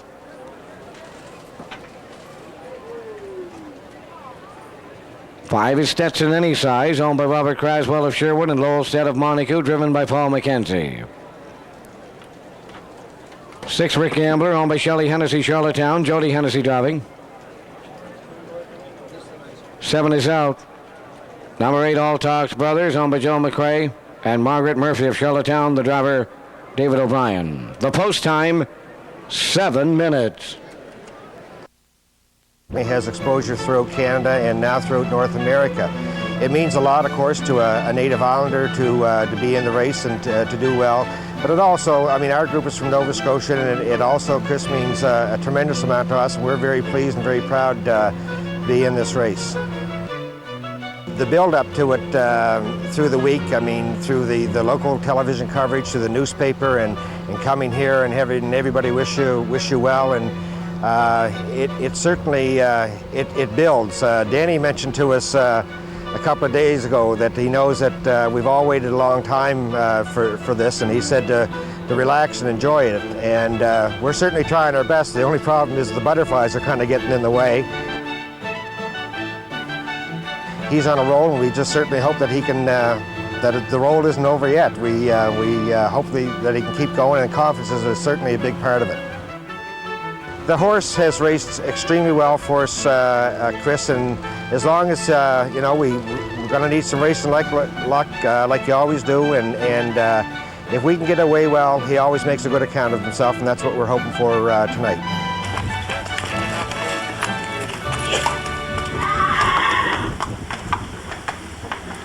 A few words from Steve Tufts, just one fraction of the Tap Equities ownership group, which is responsible for bringing El Perfecto to the Maritimes. And Greg, just a fantastic racehorse. Last year's champion in the Maritime Free-for-All Series, competed in so many of the events in that series and had to be considered possibly the most consistent horse in the region last year. I agree. I think he was the most consistent horse last year when you look at his performance week in and week out, and he's that much better this year. It's really amazing how he's come back here. He is the king of the Maritime circuit right now as far as the local horses are concerned, and definitely a big factor, I think, coming in tonight. Don't go anywhere. We still have a couple more of our profiles on the starters in the Gold Cup and Saucer still to come. Dexter's Lion, of course, New Brunswick owned by Albert Goodine and Andrea Dolan of Fredericton, and as well Southview Matt. Elwood Lawton has his fingers crossed tonight with this one. Well, it's the second time for Southview Matt in the Classic. He didn't draw well, but I know the Lawtons are pretty excited, able to have a second opportunity to win this race. Great race coming up as well in about 5 minutes' time. Race number 10, currently the overwhelming favorite on the tote board. It's no surprise. Number 4, Glorious Scooter, a horse that we got a look at earlier on during Old Home Week activities. He rattled off a brand new lifetime mark in a time of 1:58.3. He's now 5 for 5, and as we learned from Wayne Webby just a week ago, Greg, he has his eyes set on bigger and better things. They are thinking of entering this horse possibly in the Confederation Cup, which is a top race here in Canada, and often draws some of the top 3-year-old pacers in North America to that classic. And this horse definitely looks like he's primed and possibly that good. I think tonight would have been a better test had we saw him on a fast track, really a better indication. But he'll get a test tonight, and the Webbies have already won 2 races tonight. They'll be going for the hat trick, and it's really nice to see them back. They were a powerful presence here in the Maritimes for years, often coming over with top stables and really putting on a show during Old Home Week, and that was the case this year, and that's nice to see. What a barn full of nice ones they have. Just saw a few stats on this one, Glorious Scooter. You notice the stats for trainers and drivers both had 3 digits, and the stats for the horse weren't up. They have 4 digits with that 5 for 5 percentage.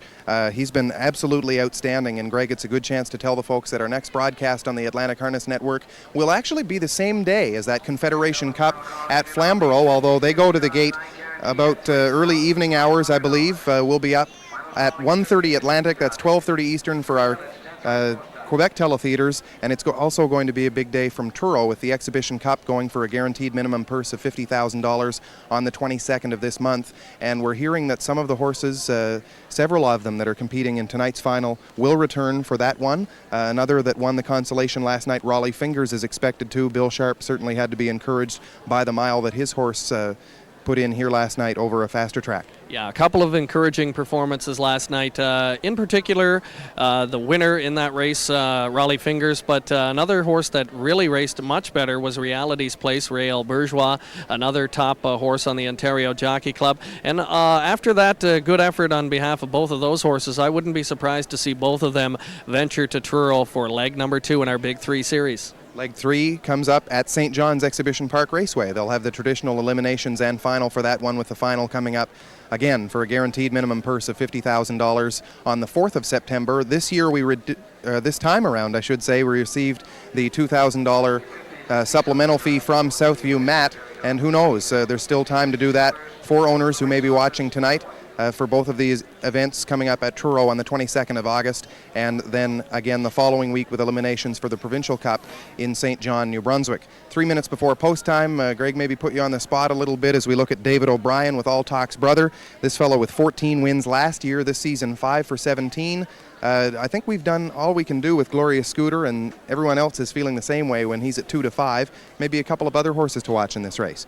The first one that catches my eye, Stetson Any Size, number 5. Paul McKenzie reunited with this one earlier in the week. Paul had driven this horse on a regular basis at Flamborough Downs. They were very successful there. They were reunited here earlier in the week, as I mentioned, and it resulted in an impressive winning effort. Right back to form, a 159 win, a last quarter in 29-2, held off a couple of strong challengers in that race, and I have to think they're going to be top contenders here again tonight. Island Sampson, a very good locally bred horse, 4-year-old son of Stargaze Hanover. 3 wins this year. He's been chasing a lot of nice horses this season and has been doing very well. You look at his on-the-board percentage, 9 from 16, always turns in a good effort, has a good late closing kick, and that was evidenced in the last couple of starts, rallying from way back both times to finish a close third. Look at that chart line last week, 158-3 last quarter, 29 seconds flat. If he's close for turning for home tonight, he could be a factor. Yes, he certainly could be, but I've got to go with Glorious Scooter as well as you have for that win, and as well as so many others are right now at 2-5. As we look at Stetson Any Size with Paul McKenzie coming home, of course, for Old Home Week action again. The horse that I'll select that you haven't is Alltalk's brother, as you look at our selections right now. He's leaving from the trailing post tonight, but I'll still give him a shot. This fella's been so competitive against top-class competition here. He may have a shot at the top 3, and Stetson Any Size, a horse that you've already mentioned, I'll select for third this time around. Again, another quick reminder, you can reach us via the email address on the screen, goldcupandsaucer@hotmail.com. We've received a couple, Greg, recently. One was from a native islander in California. He wasn't able to stick around for this broadcast tonight, but he's benefiting from technology and having a look at this race here this evening, and it's good to see. A gentleman named Chris Lynch, and again, all the way from California. That's just terrific to see. We'd like to say hello to Chris tonight and all the others who are watching around North America, and we're glad to hear from you tonight. Glad you're enjoying the broadcast. Just a few minutes before we go to the gate with the 10th race. Stay tuned. Not long from now, we'll be showing the starters for the APM Gold Cup and Saucer. They're going for a purse of $59,500 tonight, and a couple of horse profiles still to come on those starters. Good luck on the 10th.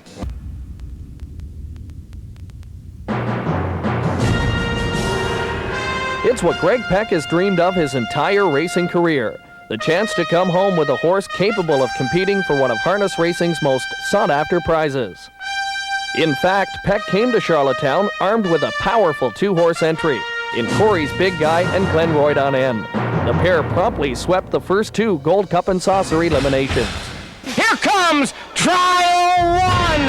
Force of Life at the rail. Glenroyd and N on the outside. The only one with a shot at him now. They're in deep stretch, coming to the finish, and Glenroyd it in. Trial 1 for Chevrolet. 3/4, 125, 1/5, and here comes Corey's Big Guy in Trial 2. Second on the outside, Southview Matt. Keystone Lowdown third. It's Trial 2 to Corey's Big Guy and Gilles Barrio. The sweep of Trials 1 and 2 left Peck with a decision of which horse he would enter in the Gold Cup final. He hopes he made the right choice in Corey's Big Guy to deliver the Hollywood ending he's looking for. Locally owned El Perfecto is hoping to upstage the U.S. Invader. Last year's Maritime Free-for-All champion is back better than ever and comes into tonight's final off 3 straight wins, including a resounding triumph in Trial 3. 127-2.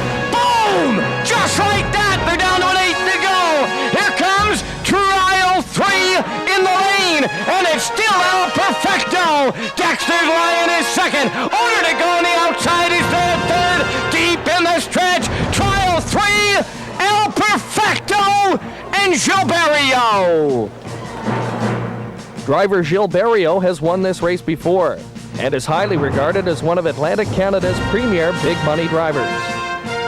This year's race also boasts a tremendous supporting cast, and it's anyone's guess who will take the lead role in this year's Pacing Classic. Lights, camera, action! APM presents the 40th running of the Gold Cup and Saucer.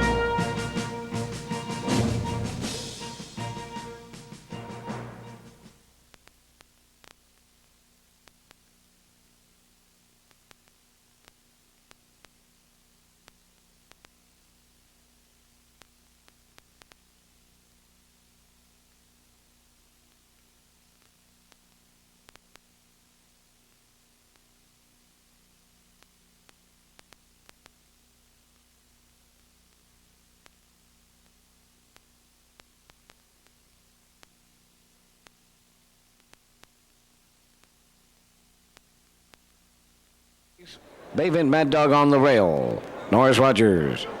Mysterious Ways 2 and Kenny Arsenault. Island Samson 3. Gary Chappell. Glorious Scooter 4. Robert Laffin. Stetson Any Size 5.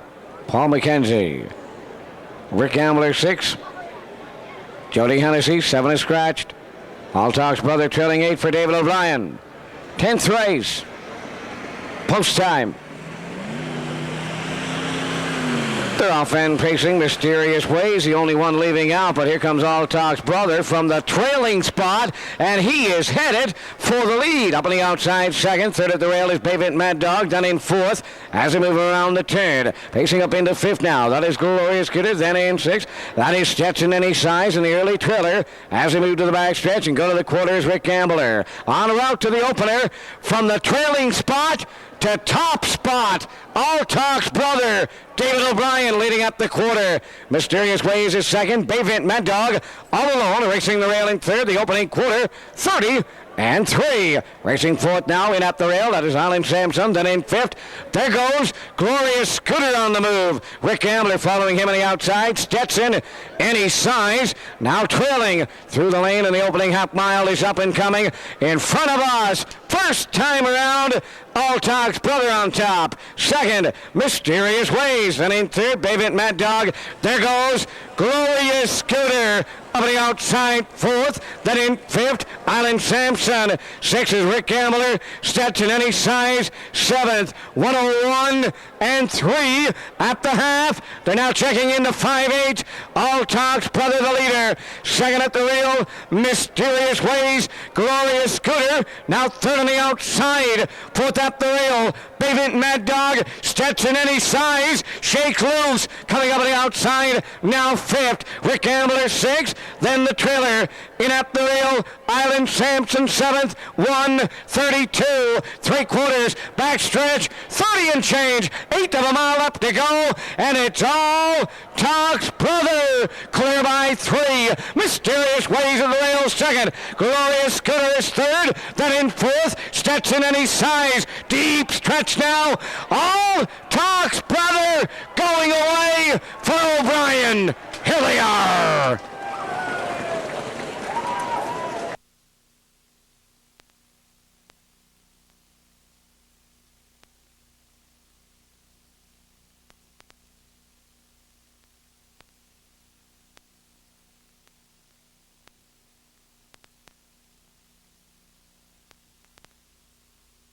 Five-year-old son of Nukes Lovell. From the Bobby Ed Dam Barn Talk. Home by Joe McRae and Margaret Murphy of Charlottetown. Joe does the training. David O'Brien in the driver's seat and in the winner's circle. On 8, Altock's brother, 2:01. 3 fast. Closing quarter in the slop, 29 and 3. Down at trackside, members of the McPhail family joining us for the Norman McPhail Memorial Cooler presentation. Altock's brother. Down the trackside, David O'Brien gonna make someone $1,000 richer with the CDP Horsemen's Old Timers Hockey Team fundraising draw. I'll have that winner in just a moment. Here are the official results in the 10th race. 1 Bayvin Mad Dog 4th. 2 Mysterious Ways 2nd. 3 Island Samson 6th. 4 Glorious Scooter 3rd. 5 Stetson Any Size 5th. 6, Rick Gambler, 7th. 7 was scratched. 8 all talks, brother, the race winner. Fractions for the mile. 30 and 3. 101 and 3. 132. The mile, 201 and 3. Rechecking top down, 426, 357, scratch 1. In recent years, Lawton has built up a large, powerful stable, but admits he has a special soft spot when it comes to his prized pacer, Southview Matt. My girls say this is Dad's golden boy, this is the son he never had. So he is a sentimental spot in all our hearts. When we brought the horse home, we brought him home originally for a rest. And Mike McDonald particularly was saying, put him in, put him in, put him in. And anyway, finally one day I said to Ray, and I said, look, go and spin him, train him a trip, see how he trains. If he goes a good trip, we'll consider supplementing him. So anyway, lo and behold, Ray took him to Charlottetown and spun him over the track, and he went what we called an exceptional trip after being off just about a month. So we decided after a three-way conversation between Ray and Gerald and myself, we decided we're going. We've been working 6 years on this program, develop our own mares and foals. We've stuck with our program. We haven't had a lot of success, basically, I'll have to say, until this year. We feel that we have some of the right mares. We feel that we're crossing with the right horses, and it's like everything, it takes time. But we're going to be expanding our business in the standardbreds. And we feel that we can breed them, raise them, break them, train them, and send them anywhere. And I feel that not only we can do it, but people in Prince Edward Island and the Maritimes, we have the ability to compete in Upper Canada or New York or wherever the case may be, because we have as good a horsemen and as good a trainers here. And we just have to decide that we're going to do it. When Matt raced in the Little Brown Jug, we didn't anticipate it to happen. We had just finished a busy blueberry season, our first year. My wife and I went away for a week, and on the way, Bill called and said, send me $6,500 US, we're going to the Jug.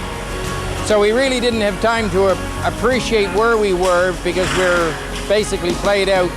But I can assure you that after finishing second in the elimination, I don't think my stomach has ever been as tight as it was last Saturday night.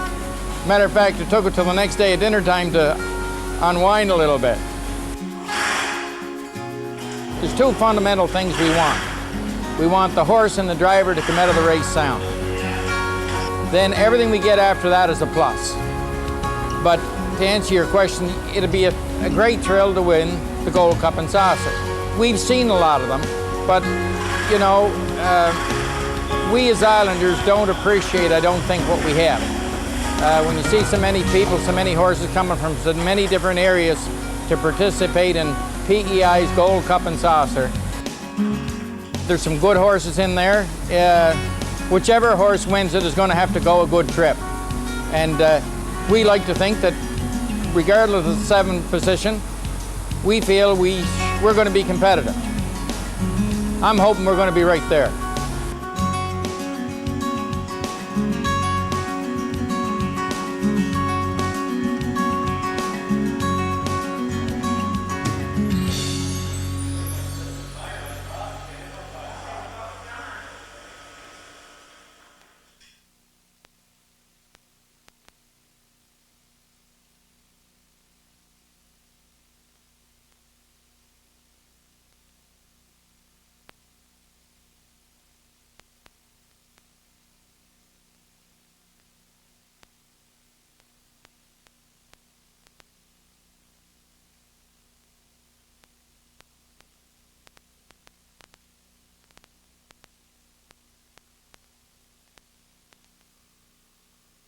Entering the track, pacers and drivers in the 11th race, the Papermaker pays. One Not Enough Funds, owned by Neil Mose of Cornwall. The driver is Len McGuigan. Greg Peck on 8. Number 2, Classic Rock, owned by the Boss Hog Stable of Dartmouth. Norris Rogers driving. 3, Bonnert, owned by Paul and Andrew Rogerson from Westville, Nova Scotia. Paul driving. 4, Nuclear Onslaught, owned by James McPhail and John McPhail of Calgary. Freddie Gregory drives. 5 is Happy Homecoming, owned by Brent McClellan of Charlottetown. Walter Chevry up. Number 6 is Rosina's Road, owned by Max Seal of Port Morion, Nova Scotia. Max driving. 7 is Scratched. Number 8, Happy Family, owned by Dr. Jim Shive, Shubenacadie. Todd Trites will drive. Greg Peck is parading. 6 minutes to post time.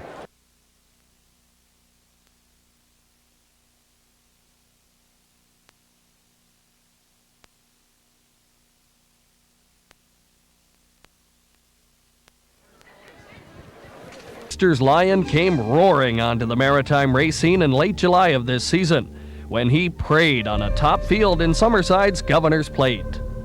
Making his maritime debut is a 4-year-old stallion by Dexter Dukes from the Abercrombie Dam, Ambro Lioness.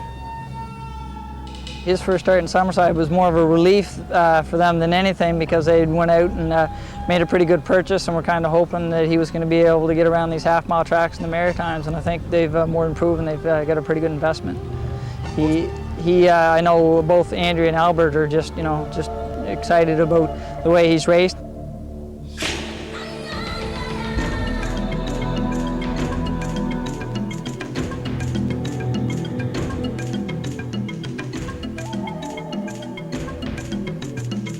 He's got good enough gate speed that normally he can get himself a pretty good position. He showed his first couple of races that he can cut pretty good fractions early, but he also showed a surge start and twirl that he can come off the pace. He's a pretty versatile horse, and actually just kind of a pleasure to drive.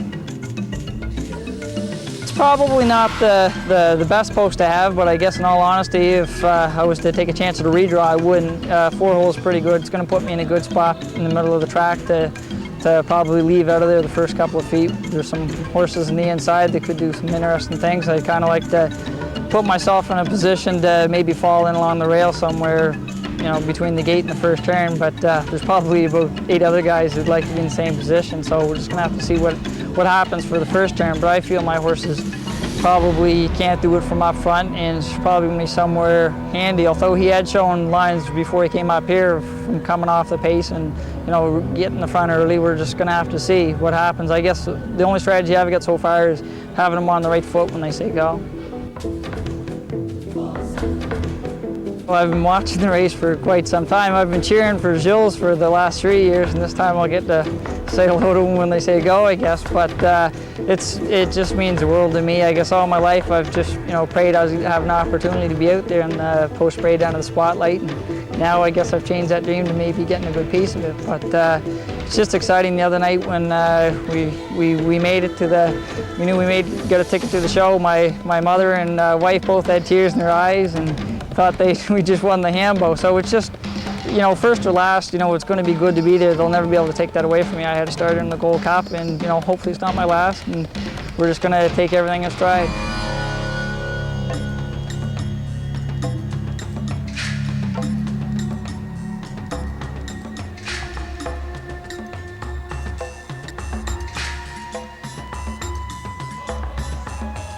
Swinging for home, like to be somewhere handy. I guess if I was on top at coming for home, they have to get around me. We'll just, if I was anywhere within striking distance, I guess I'd have a smile on my face when I hit the wire.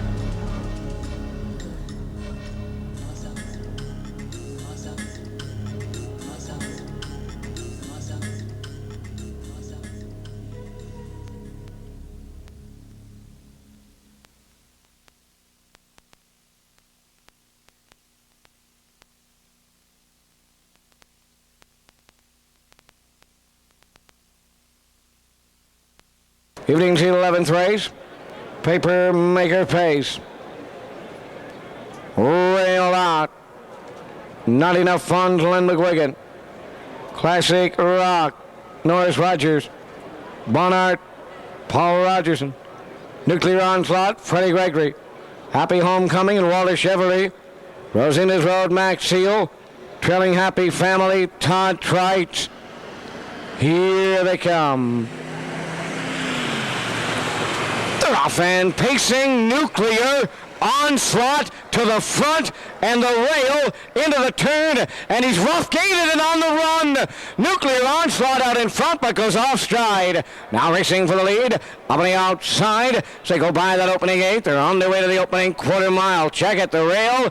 Happy Family now going to the lead. Second is Not Enough Funds. Bonhart on the outside, third. Pacing fourth. Now at the rail is Classic Rock. In fifth, Rosina's Road. Happy Homecoming is sixth. The Triller. Nuclear Onslaught, the quarter, 30 seconds flat now on the way around the turn for the first time. The leaders are Happy Family and Todd Trite.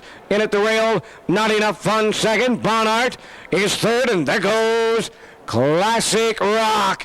Up on the outside, now fourth. Pacing fifth, they move down the stretch. Now moving to the outside there. That is Rosina's Road. Happy Homecoming is sixth. Nuclear Onslaught on the outside, trailing the field seventh. Opening half mile, a minute and 3. Racing around the turn, led by Happy Family. Classic Rock second outside. Third at the rail, Not Enough Funds. Bonhart fourth. Then in fifth, that's Rosina's Road. Happy Homecoming sixth. Nuclear Onslaught trailing the field. 3/4 next station. There is a judge's inquiry underway in the 11th. Hold on a wall ticket. The leader, it's still Happy Family in 1:30 and 4. Backstretch 30 and 1. 1/8 of a mile up to go. And Trite is going to work on one of the Maritime's ageless wonders. Happy Family now. Not Enough Funds in the passing lane. On the outside, Classic Rock. Bonhart coming on the inside. He's going to get it all. Bonhart in the 11th.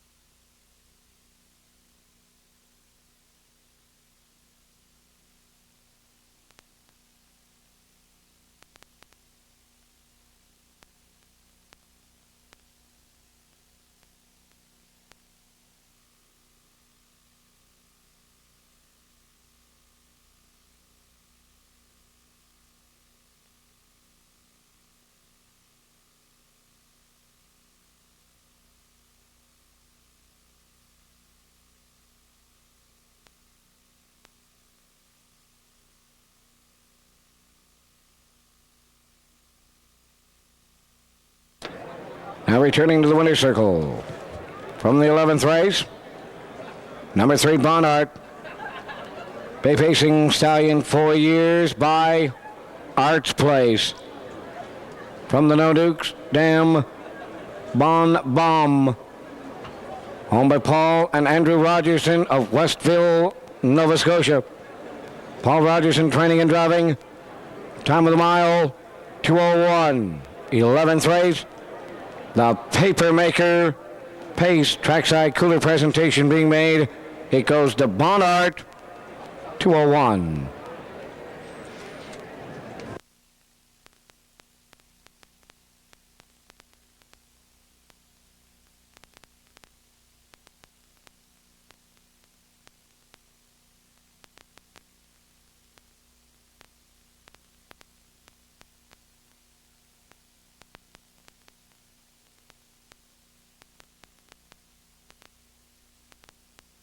You have the official results in the 11th race. 1 Not Enough Funds 4th. 2 Classic Rock 3rd.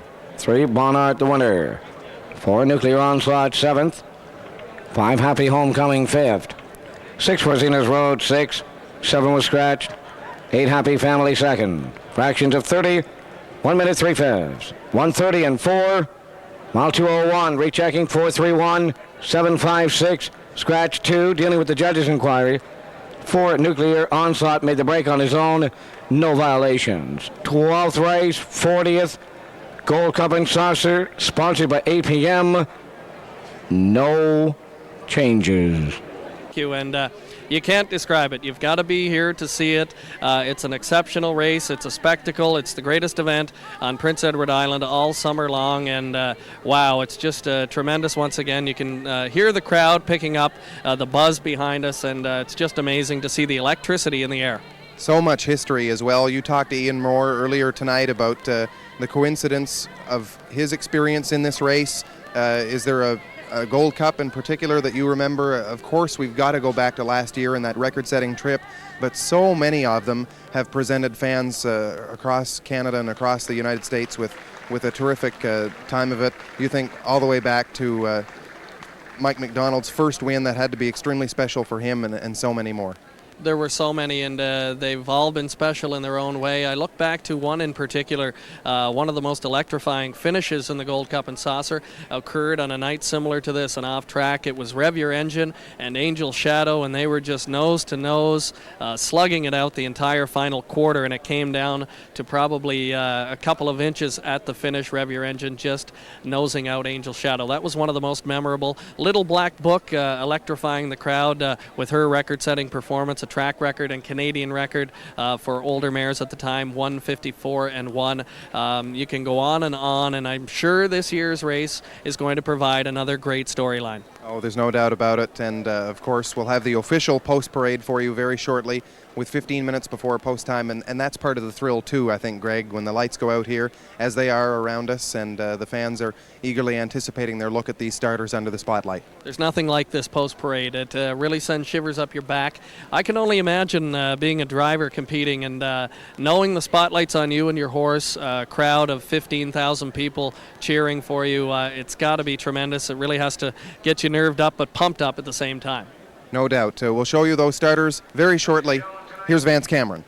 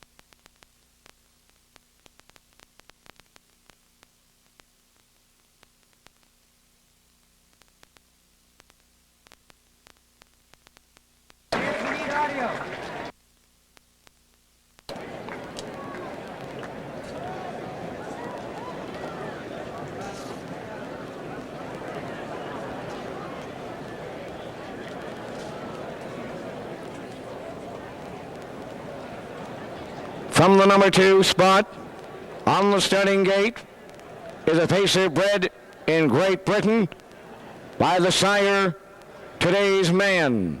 From the Raja Lobel matron, Stone Riggs Grant. He took his record of 154 this year at Woodbine 7/8 mile oval and is closing in at $100,000 in career earnings.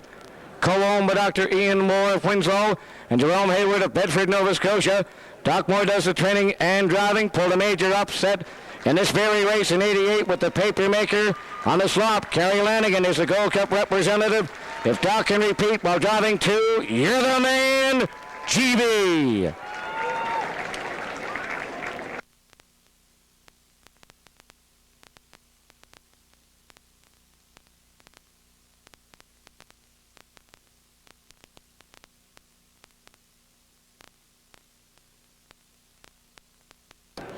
Leading from post 3 is one of the handiest half-mile racehorses in the region.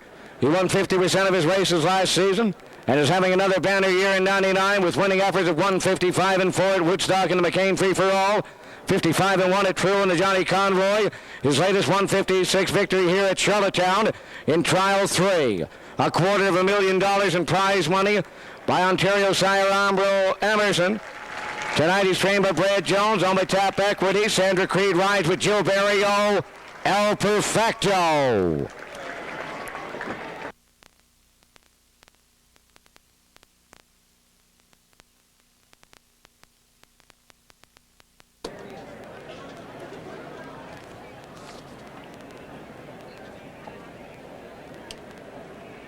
Scoring from the middle of the field is the 4-year-old stallion by Dexter Nukes out of the Abercrombie mare, Umbra Lioness.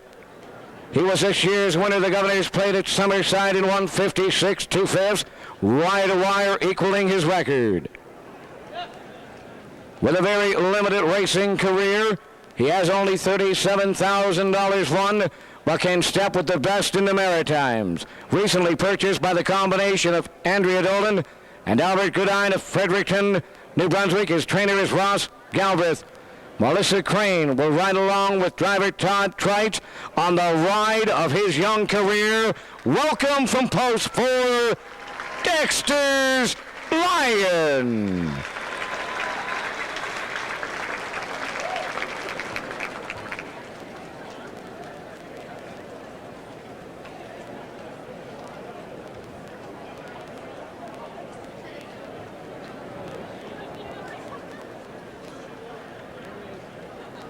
One of the favorites in tonight's classic is drawn post position 5. He's a 5-year-old son of Cam Fella out of Florida Lobel by the Great Albatross.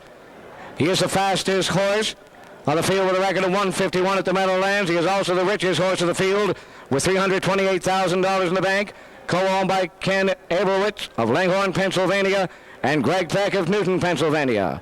Greg handles his training duties. One of the best catch drivers on a half-mile track has been given the call to get the gold, and I speak of Charlottetown native Paul McKenzie. Leslie Hamley selected this horse to make her Miss Gold Cup and Saucer. With his 154-3 victory in Trial 2, he's the fastest horse this year in the Eastern Seaboard of Canada.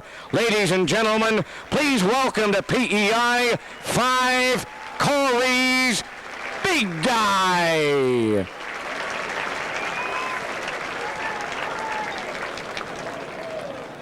Scoring from post 6 is the 4-year-old son of Life Sign out of Umbro Mirage by No Nukes. He has a race record of 152, taken at the Big M, and $163,000 in total purses won. Owned by the Forward Pass stable of North Providence, Rhode Island. Charlottetown native Ronnie McDonald has brought him home in an attempt to win Eastern Canada's richest race. Melanie Rossiter drew this horse in hopes of being part of the winner's circle. None other than Mr. Gold Cup and Saucer Mike McDonald, who has 5 Cup and Saucers on his mantle display. Here's 6, Force of Life.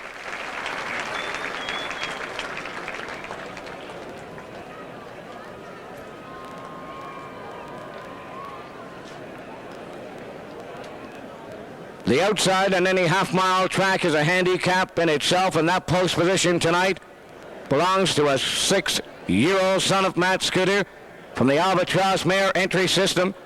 He has a 152-4 record at the Meadowlands, $232,000 in purse money. Owned and trained by Elwood Lawton of T Hill PEI. He represents Krista McLean in her hopes of becoming Miss Gold Cup and Saucer. The latest member of the 1,000 Win Club, Rod Jameson, gets a Gold Cup and Saucer drive on 7 Southview Matt.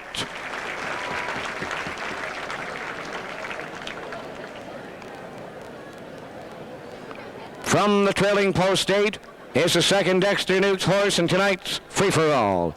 He's out of the storm-damaged mare Let's Do Lunch, owned by James Smith of Puzzledge, Ontario. Ian Reed looks after his training chores, sporting a record of 152 at Mohawk Raceway and a bank account that reads $188,000. Yolanda Wall selected this horse on Tuesday in hopes of becoming the 1999 Miss Gold Cup and Saucer. Island native John Holmes, looking for his first Cup and Saucer, gets his best chance tonight.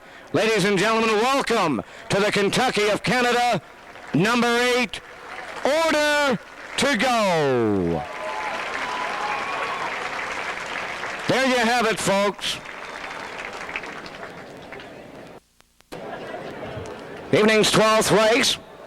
The the 8 p.m. sponsored 40th edition of the Gold Cup and Saucer. Prize money tonight, $59,500. 1 Keystone Lowdown, Paul McDonald. You're the man, GB. 2, Doc Moore. El Perfecto. 3, Joe Barrio. Dexter's Lion. 4, Todd Trite. Corey's Big Guy. 5, Paul McKenzie. 6, Force of Life, Mike McDonald. 7, Southfield Matt, Rudd Jameson. Order to go 8, John Holmes. It's showtime at Showtown.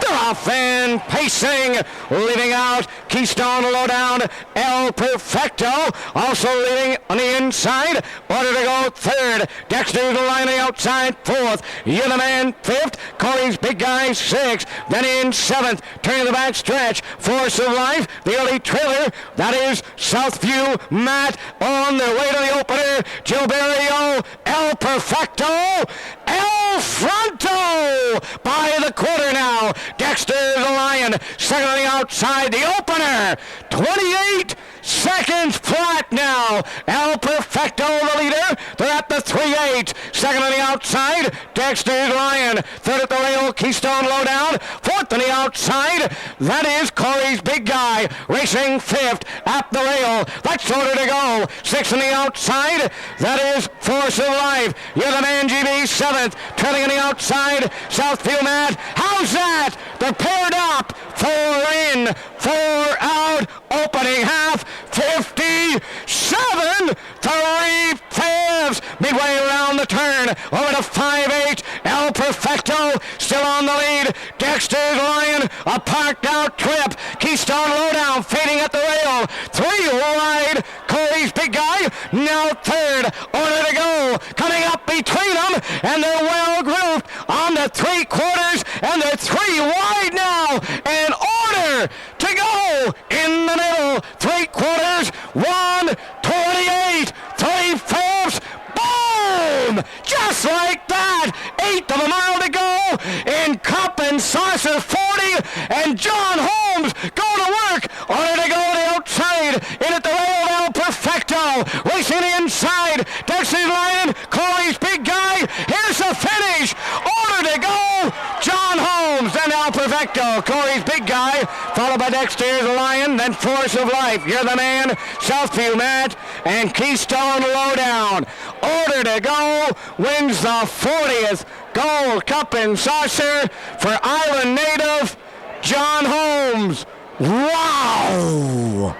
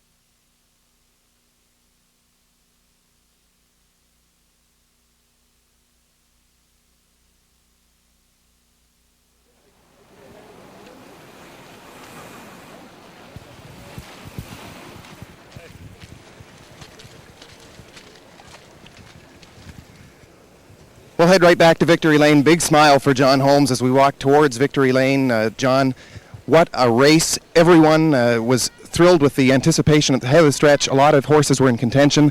How does it feel to win that first Gold Cup and Saucer? That's pretty awesome. I've won a lot of nice races in my career, and that's by far the best.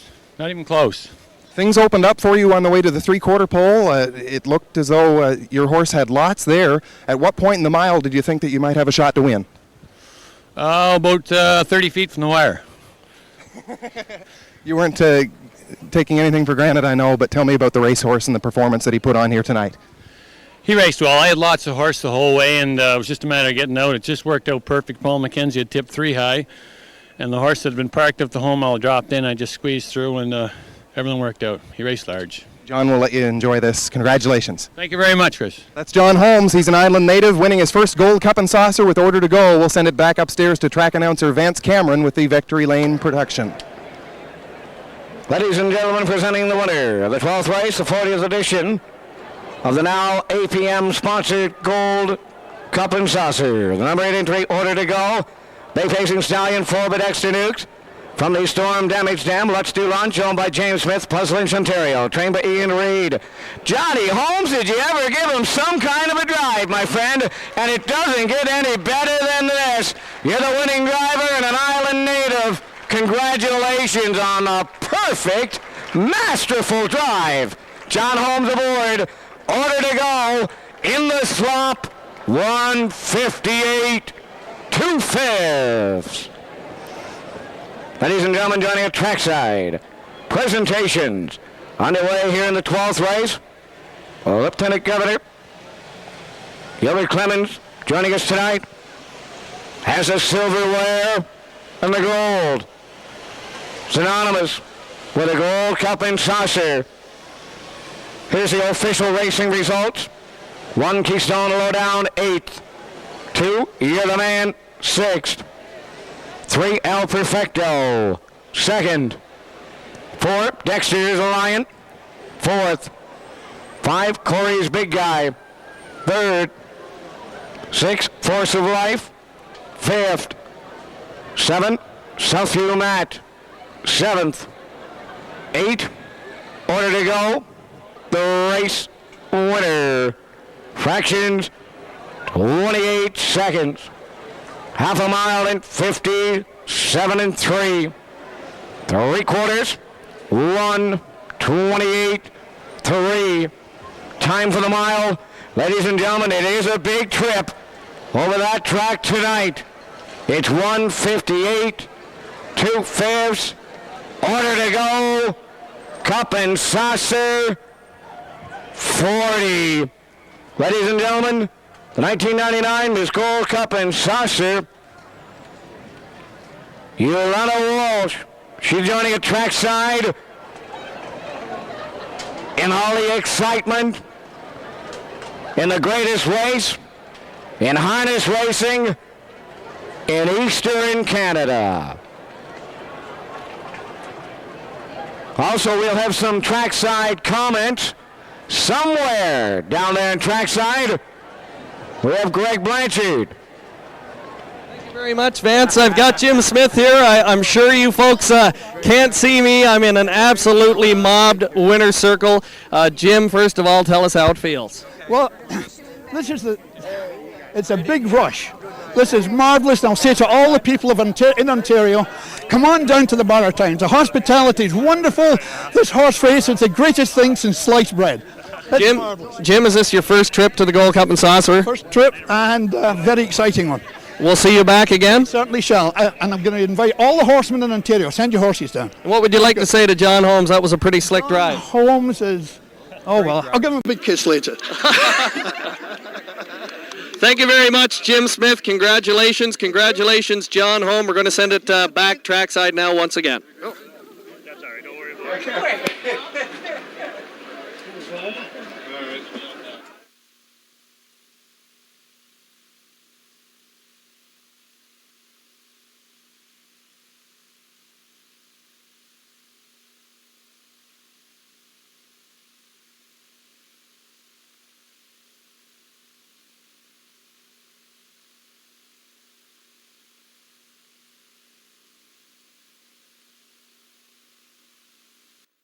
back at Victory Lane, Greg, you had to sense the emotion that he was putting together there in the winner's circle. Thrilled horseman, and it was fantastic, that feeling that he must have after winning this race. And also for John Holmes, what a great horse race, so many of them in contention at the head of the stretch. Well, I'll tell you, I had my life in my hands in that winner's circle. I was absolutely mobbed. No, you could tell Jim Smith was very excited.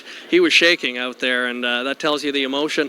It's not the purse money. These guys are here for the prestige and the honor of winning this race. Absolutely, and you look down the lines, Order to Go, with 10 wins last year, he made $119,000, but who knows, he may not have enjoyed any one of those 10 wins as much as he did this one. Honestly, he probably didn't. It's such an outstanding race, and I agree. Although these guys race for big money in Ontario, you could really tell he was genuinely thrilled to win this race, and probably hasn't felt that kind of thrill before. And the thrill has to come from the fact that the horse race was very much in question. Corey's big guy made a very good account of himself. He did not get away the way he probably wanted to in the first turn, and Paul McKenzie had to take him back a little bit. How about the trip from Dexter's Lion, finishing 4th for Todd Trites, despite being parked out every step of the way, and El Perfecto coming back. He almost preserved that winning streak, but there were a lot of contenders, as we suspected, and as we look at Victory Lane right now, it's a very happy group. This was a horse race that was fantastic. Tremendous. A very exciting race from start to finish. It was a slugfest right from the get-go. Todd Trites decided to leave, and I think rightly so. And unfortunately for him, there were no holes. Just the way it goes sometimes. Everybody was leaving. You suspected that was going to happen. Gilles Barrio wanted the front. He wanted control, and he opted to park Todd with Dexter's Lion. And unfortunately, it took its toll on both horses. And a very, very heady drive from John Holmes. He had to weave his way through traffic on a less than ideal night. And you could tell at the 3/4 he had a lot of pace if he was able to shake loose, and he did. And John Holmes is a pretty happy man right now. You know, the thing that impresses me about John Holmes, and he was around our studio here close to the main grandstand in Charlottetown for a good portion of tonight's race program, he didn't seem to be all that bothered by all the pomp and pageantry that was going on. Just go out and get the job done, and he certainly did that. I think his past experience in this race really served him well tonight. And another thing that helped was the fact that he wasn't driving a favorite tonight. The focus wasn't on his horse. He was one of the horses who was able to stay away from the media spotlight this week, and that helps. He just went into the race, I think, with a very loose attitude, and let's see what happens. And it worked out perfectly for him, and really great drive from him and a great result. Starting to get some rain again, and it held up as well as could be expected, I think, although earlier in the day we were hoping that we wouldn't have this type of track condition. Again, a great testimonial from the owner, James Smith of Pushlinch, Ontario, trainer Ian Reed, and driver John Holmes. Congratulations to all of those. And, of course, the 4-year-old son of Dexter Nukes, Order to Go. The last Gold Cup and Saucer of the Millennium is in the books, and this was a thriller. This is a memorable one, one we're going to look at for a long time. Not just tonight, but the whole week. The whole week leading up to the race, it was really a week of a lot of different storylines that came together tonight, and as often is the case, it resulted in a tremendous race, and you couldn't have asked for anything more exciting from start to finish tonight. So glad you could join us from wherever you were watching, whether it be a Maritime Racetrack or Teletheater, the folks at the Teletheaters in Quebec, by satellite right across North America, and of course on the World Wide Web, courtesy of Yahoo Broadcast Services, and the folks at the United States Trotting Association. Thank you so very much for your assistance, and of course, Greg, the good folks at APM for sponsoring another fantastic Gold Cup and Saucer, the 40th running, going to Order to Go in 1:58.2. For track announcer Vance Cameron and Greg Blanchard, this is Chris Connor saying thanks so very much for joining us on another thrilling evening, a Gold Cup and Saucer evening from the Charlottetown Driving Park.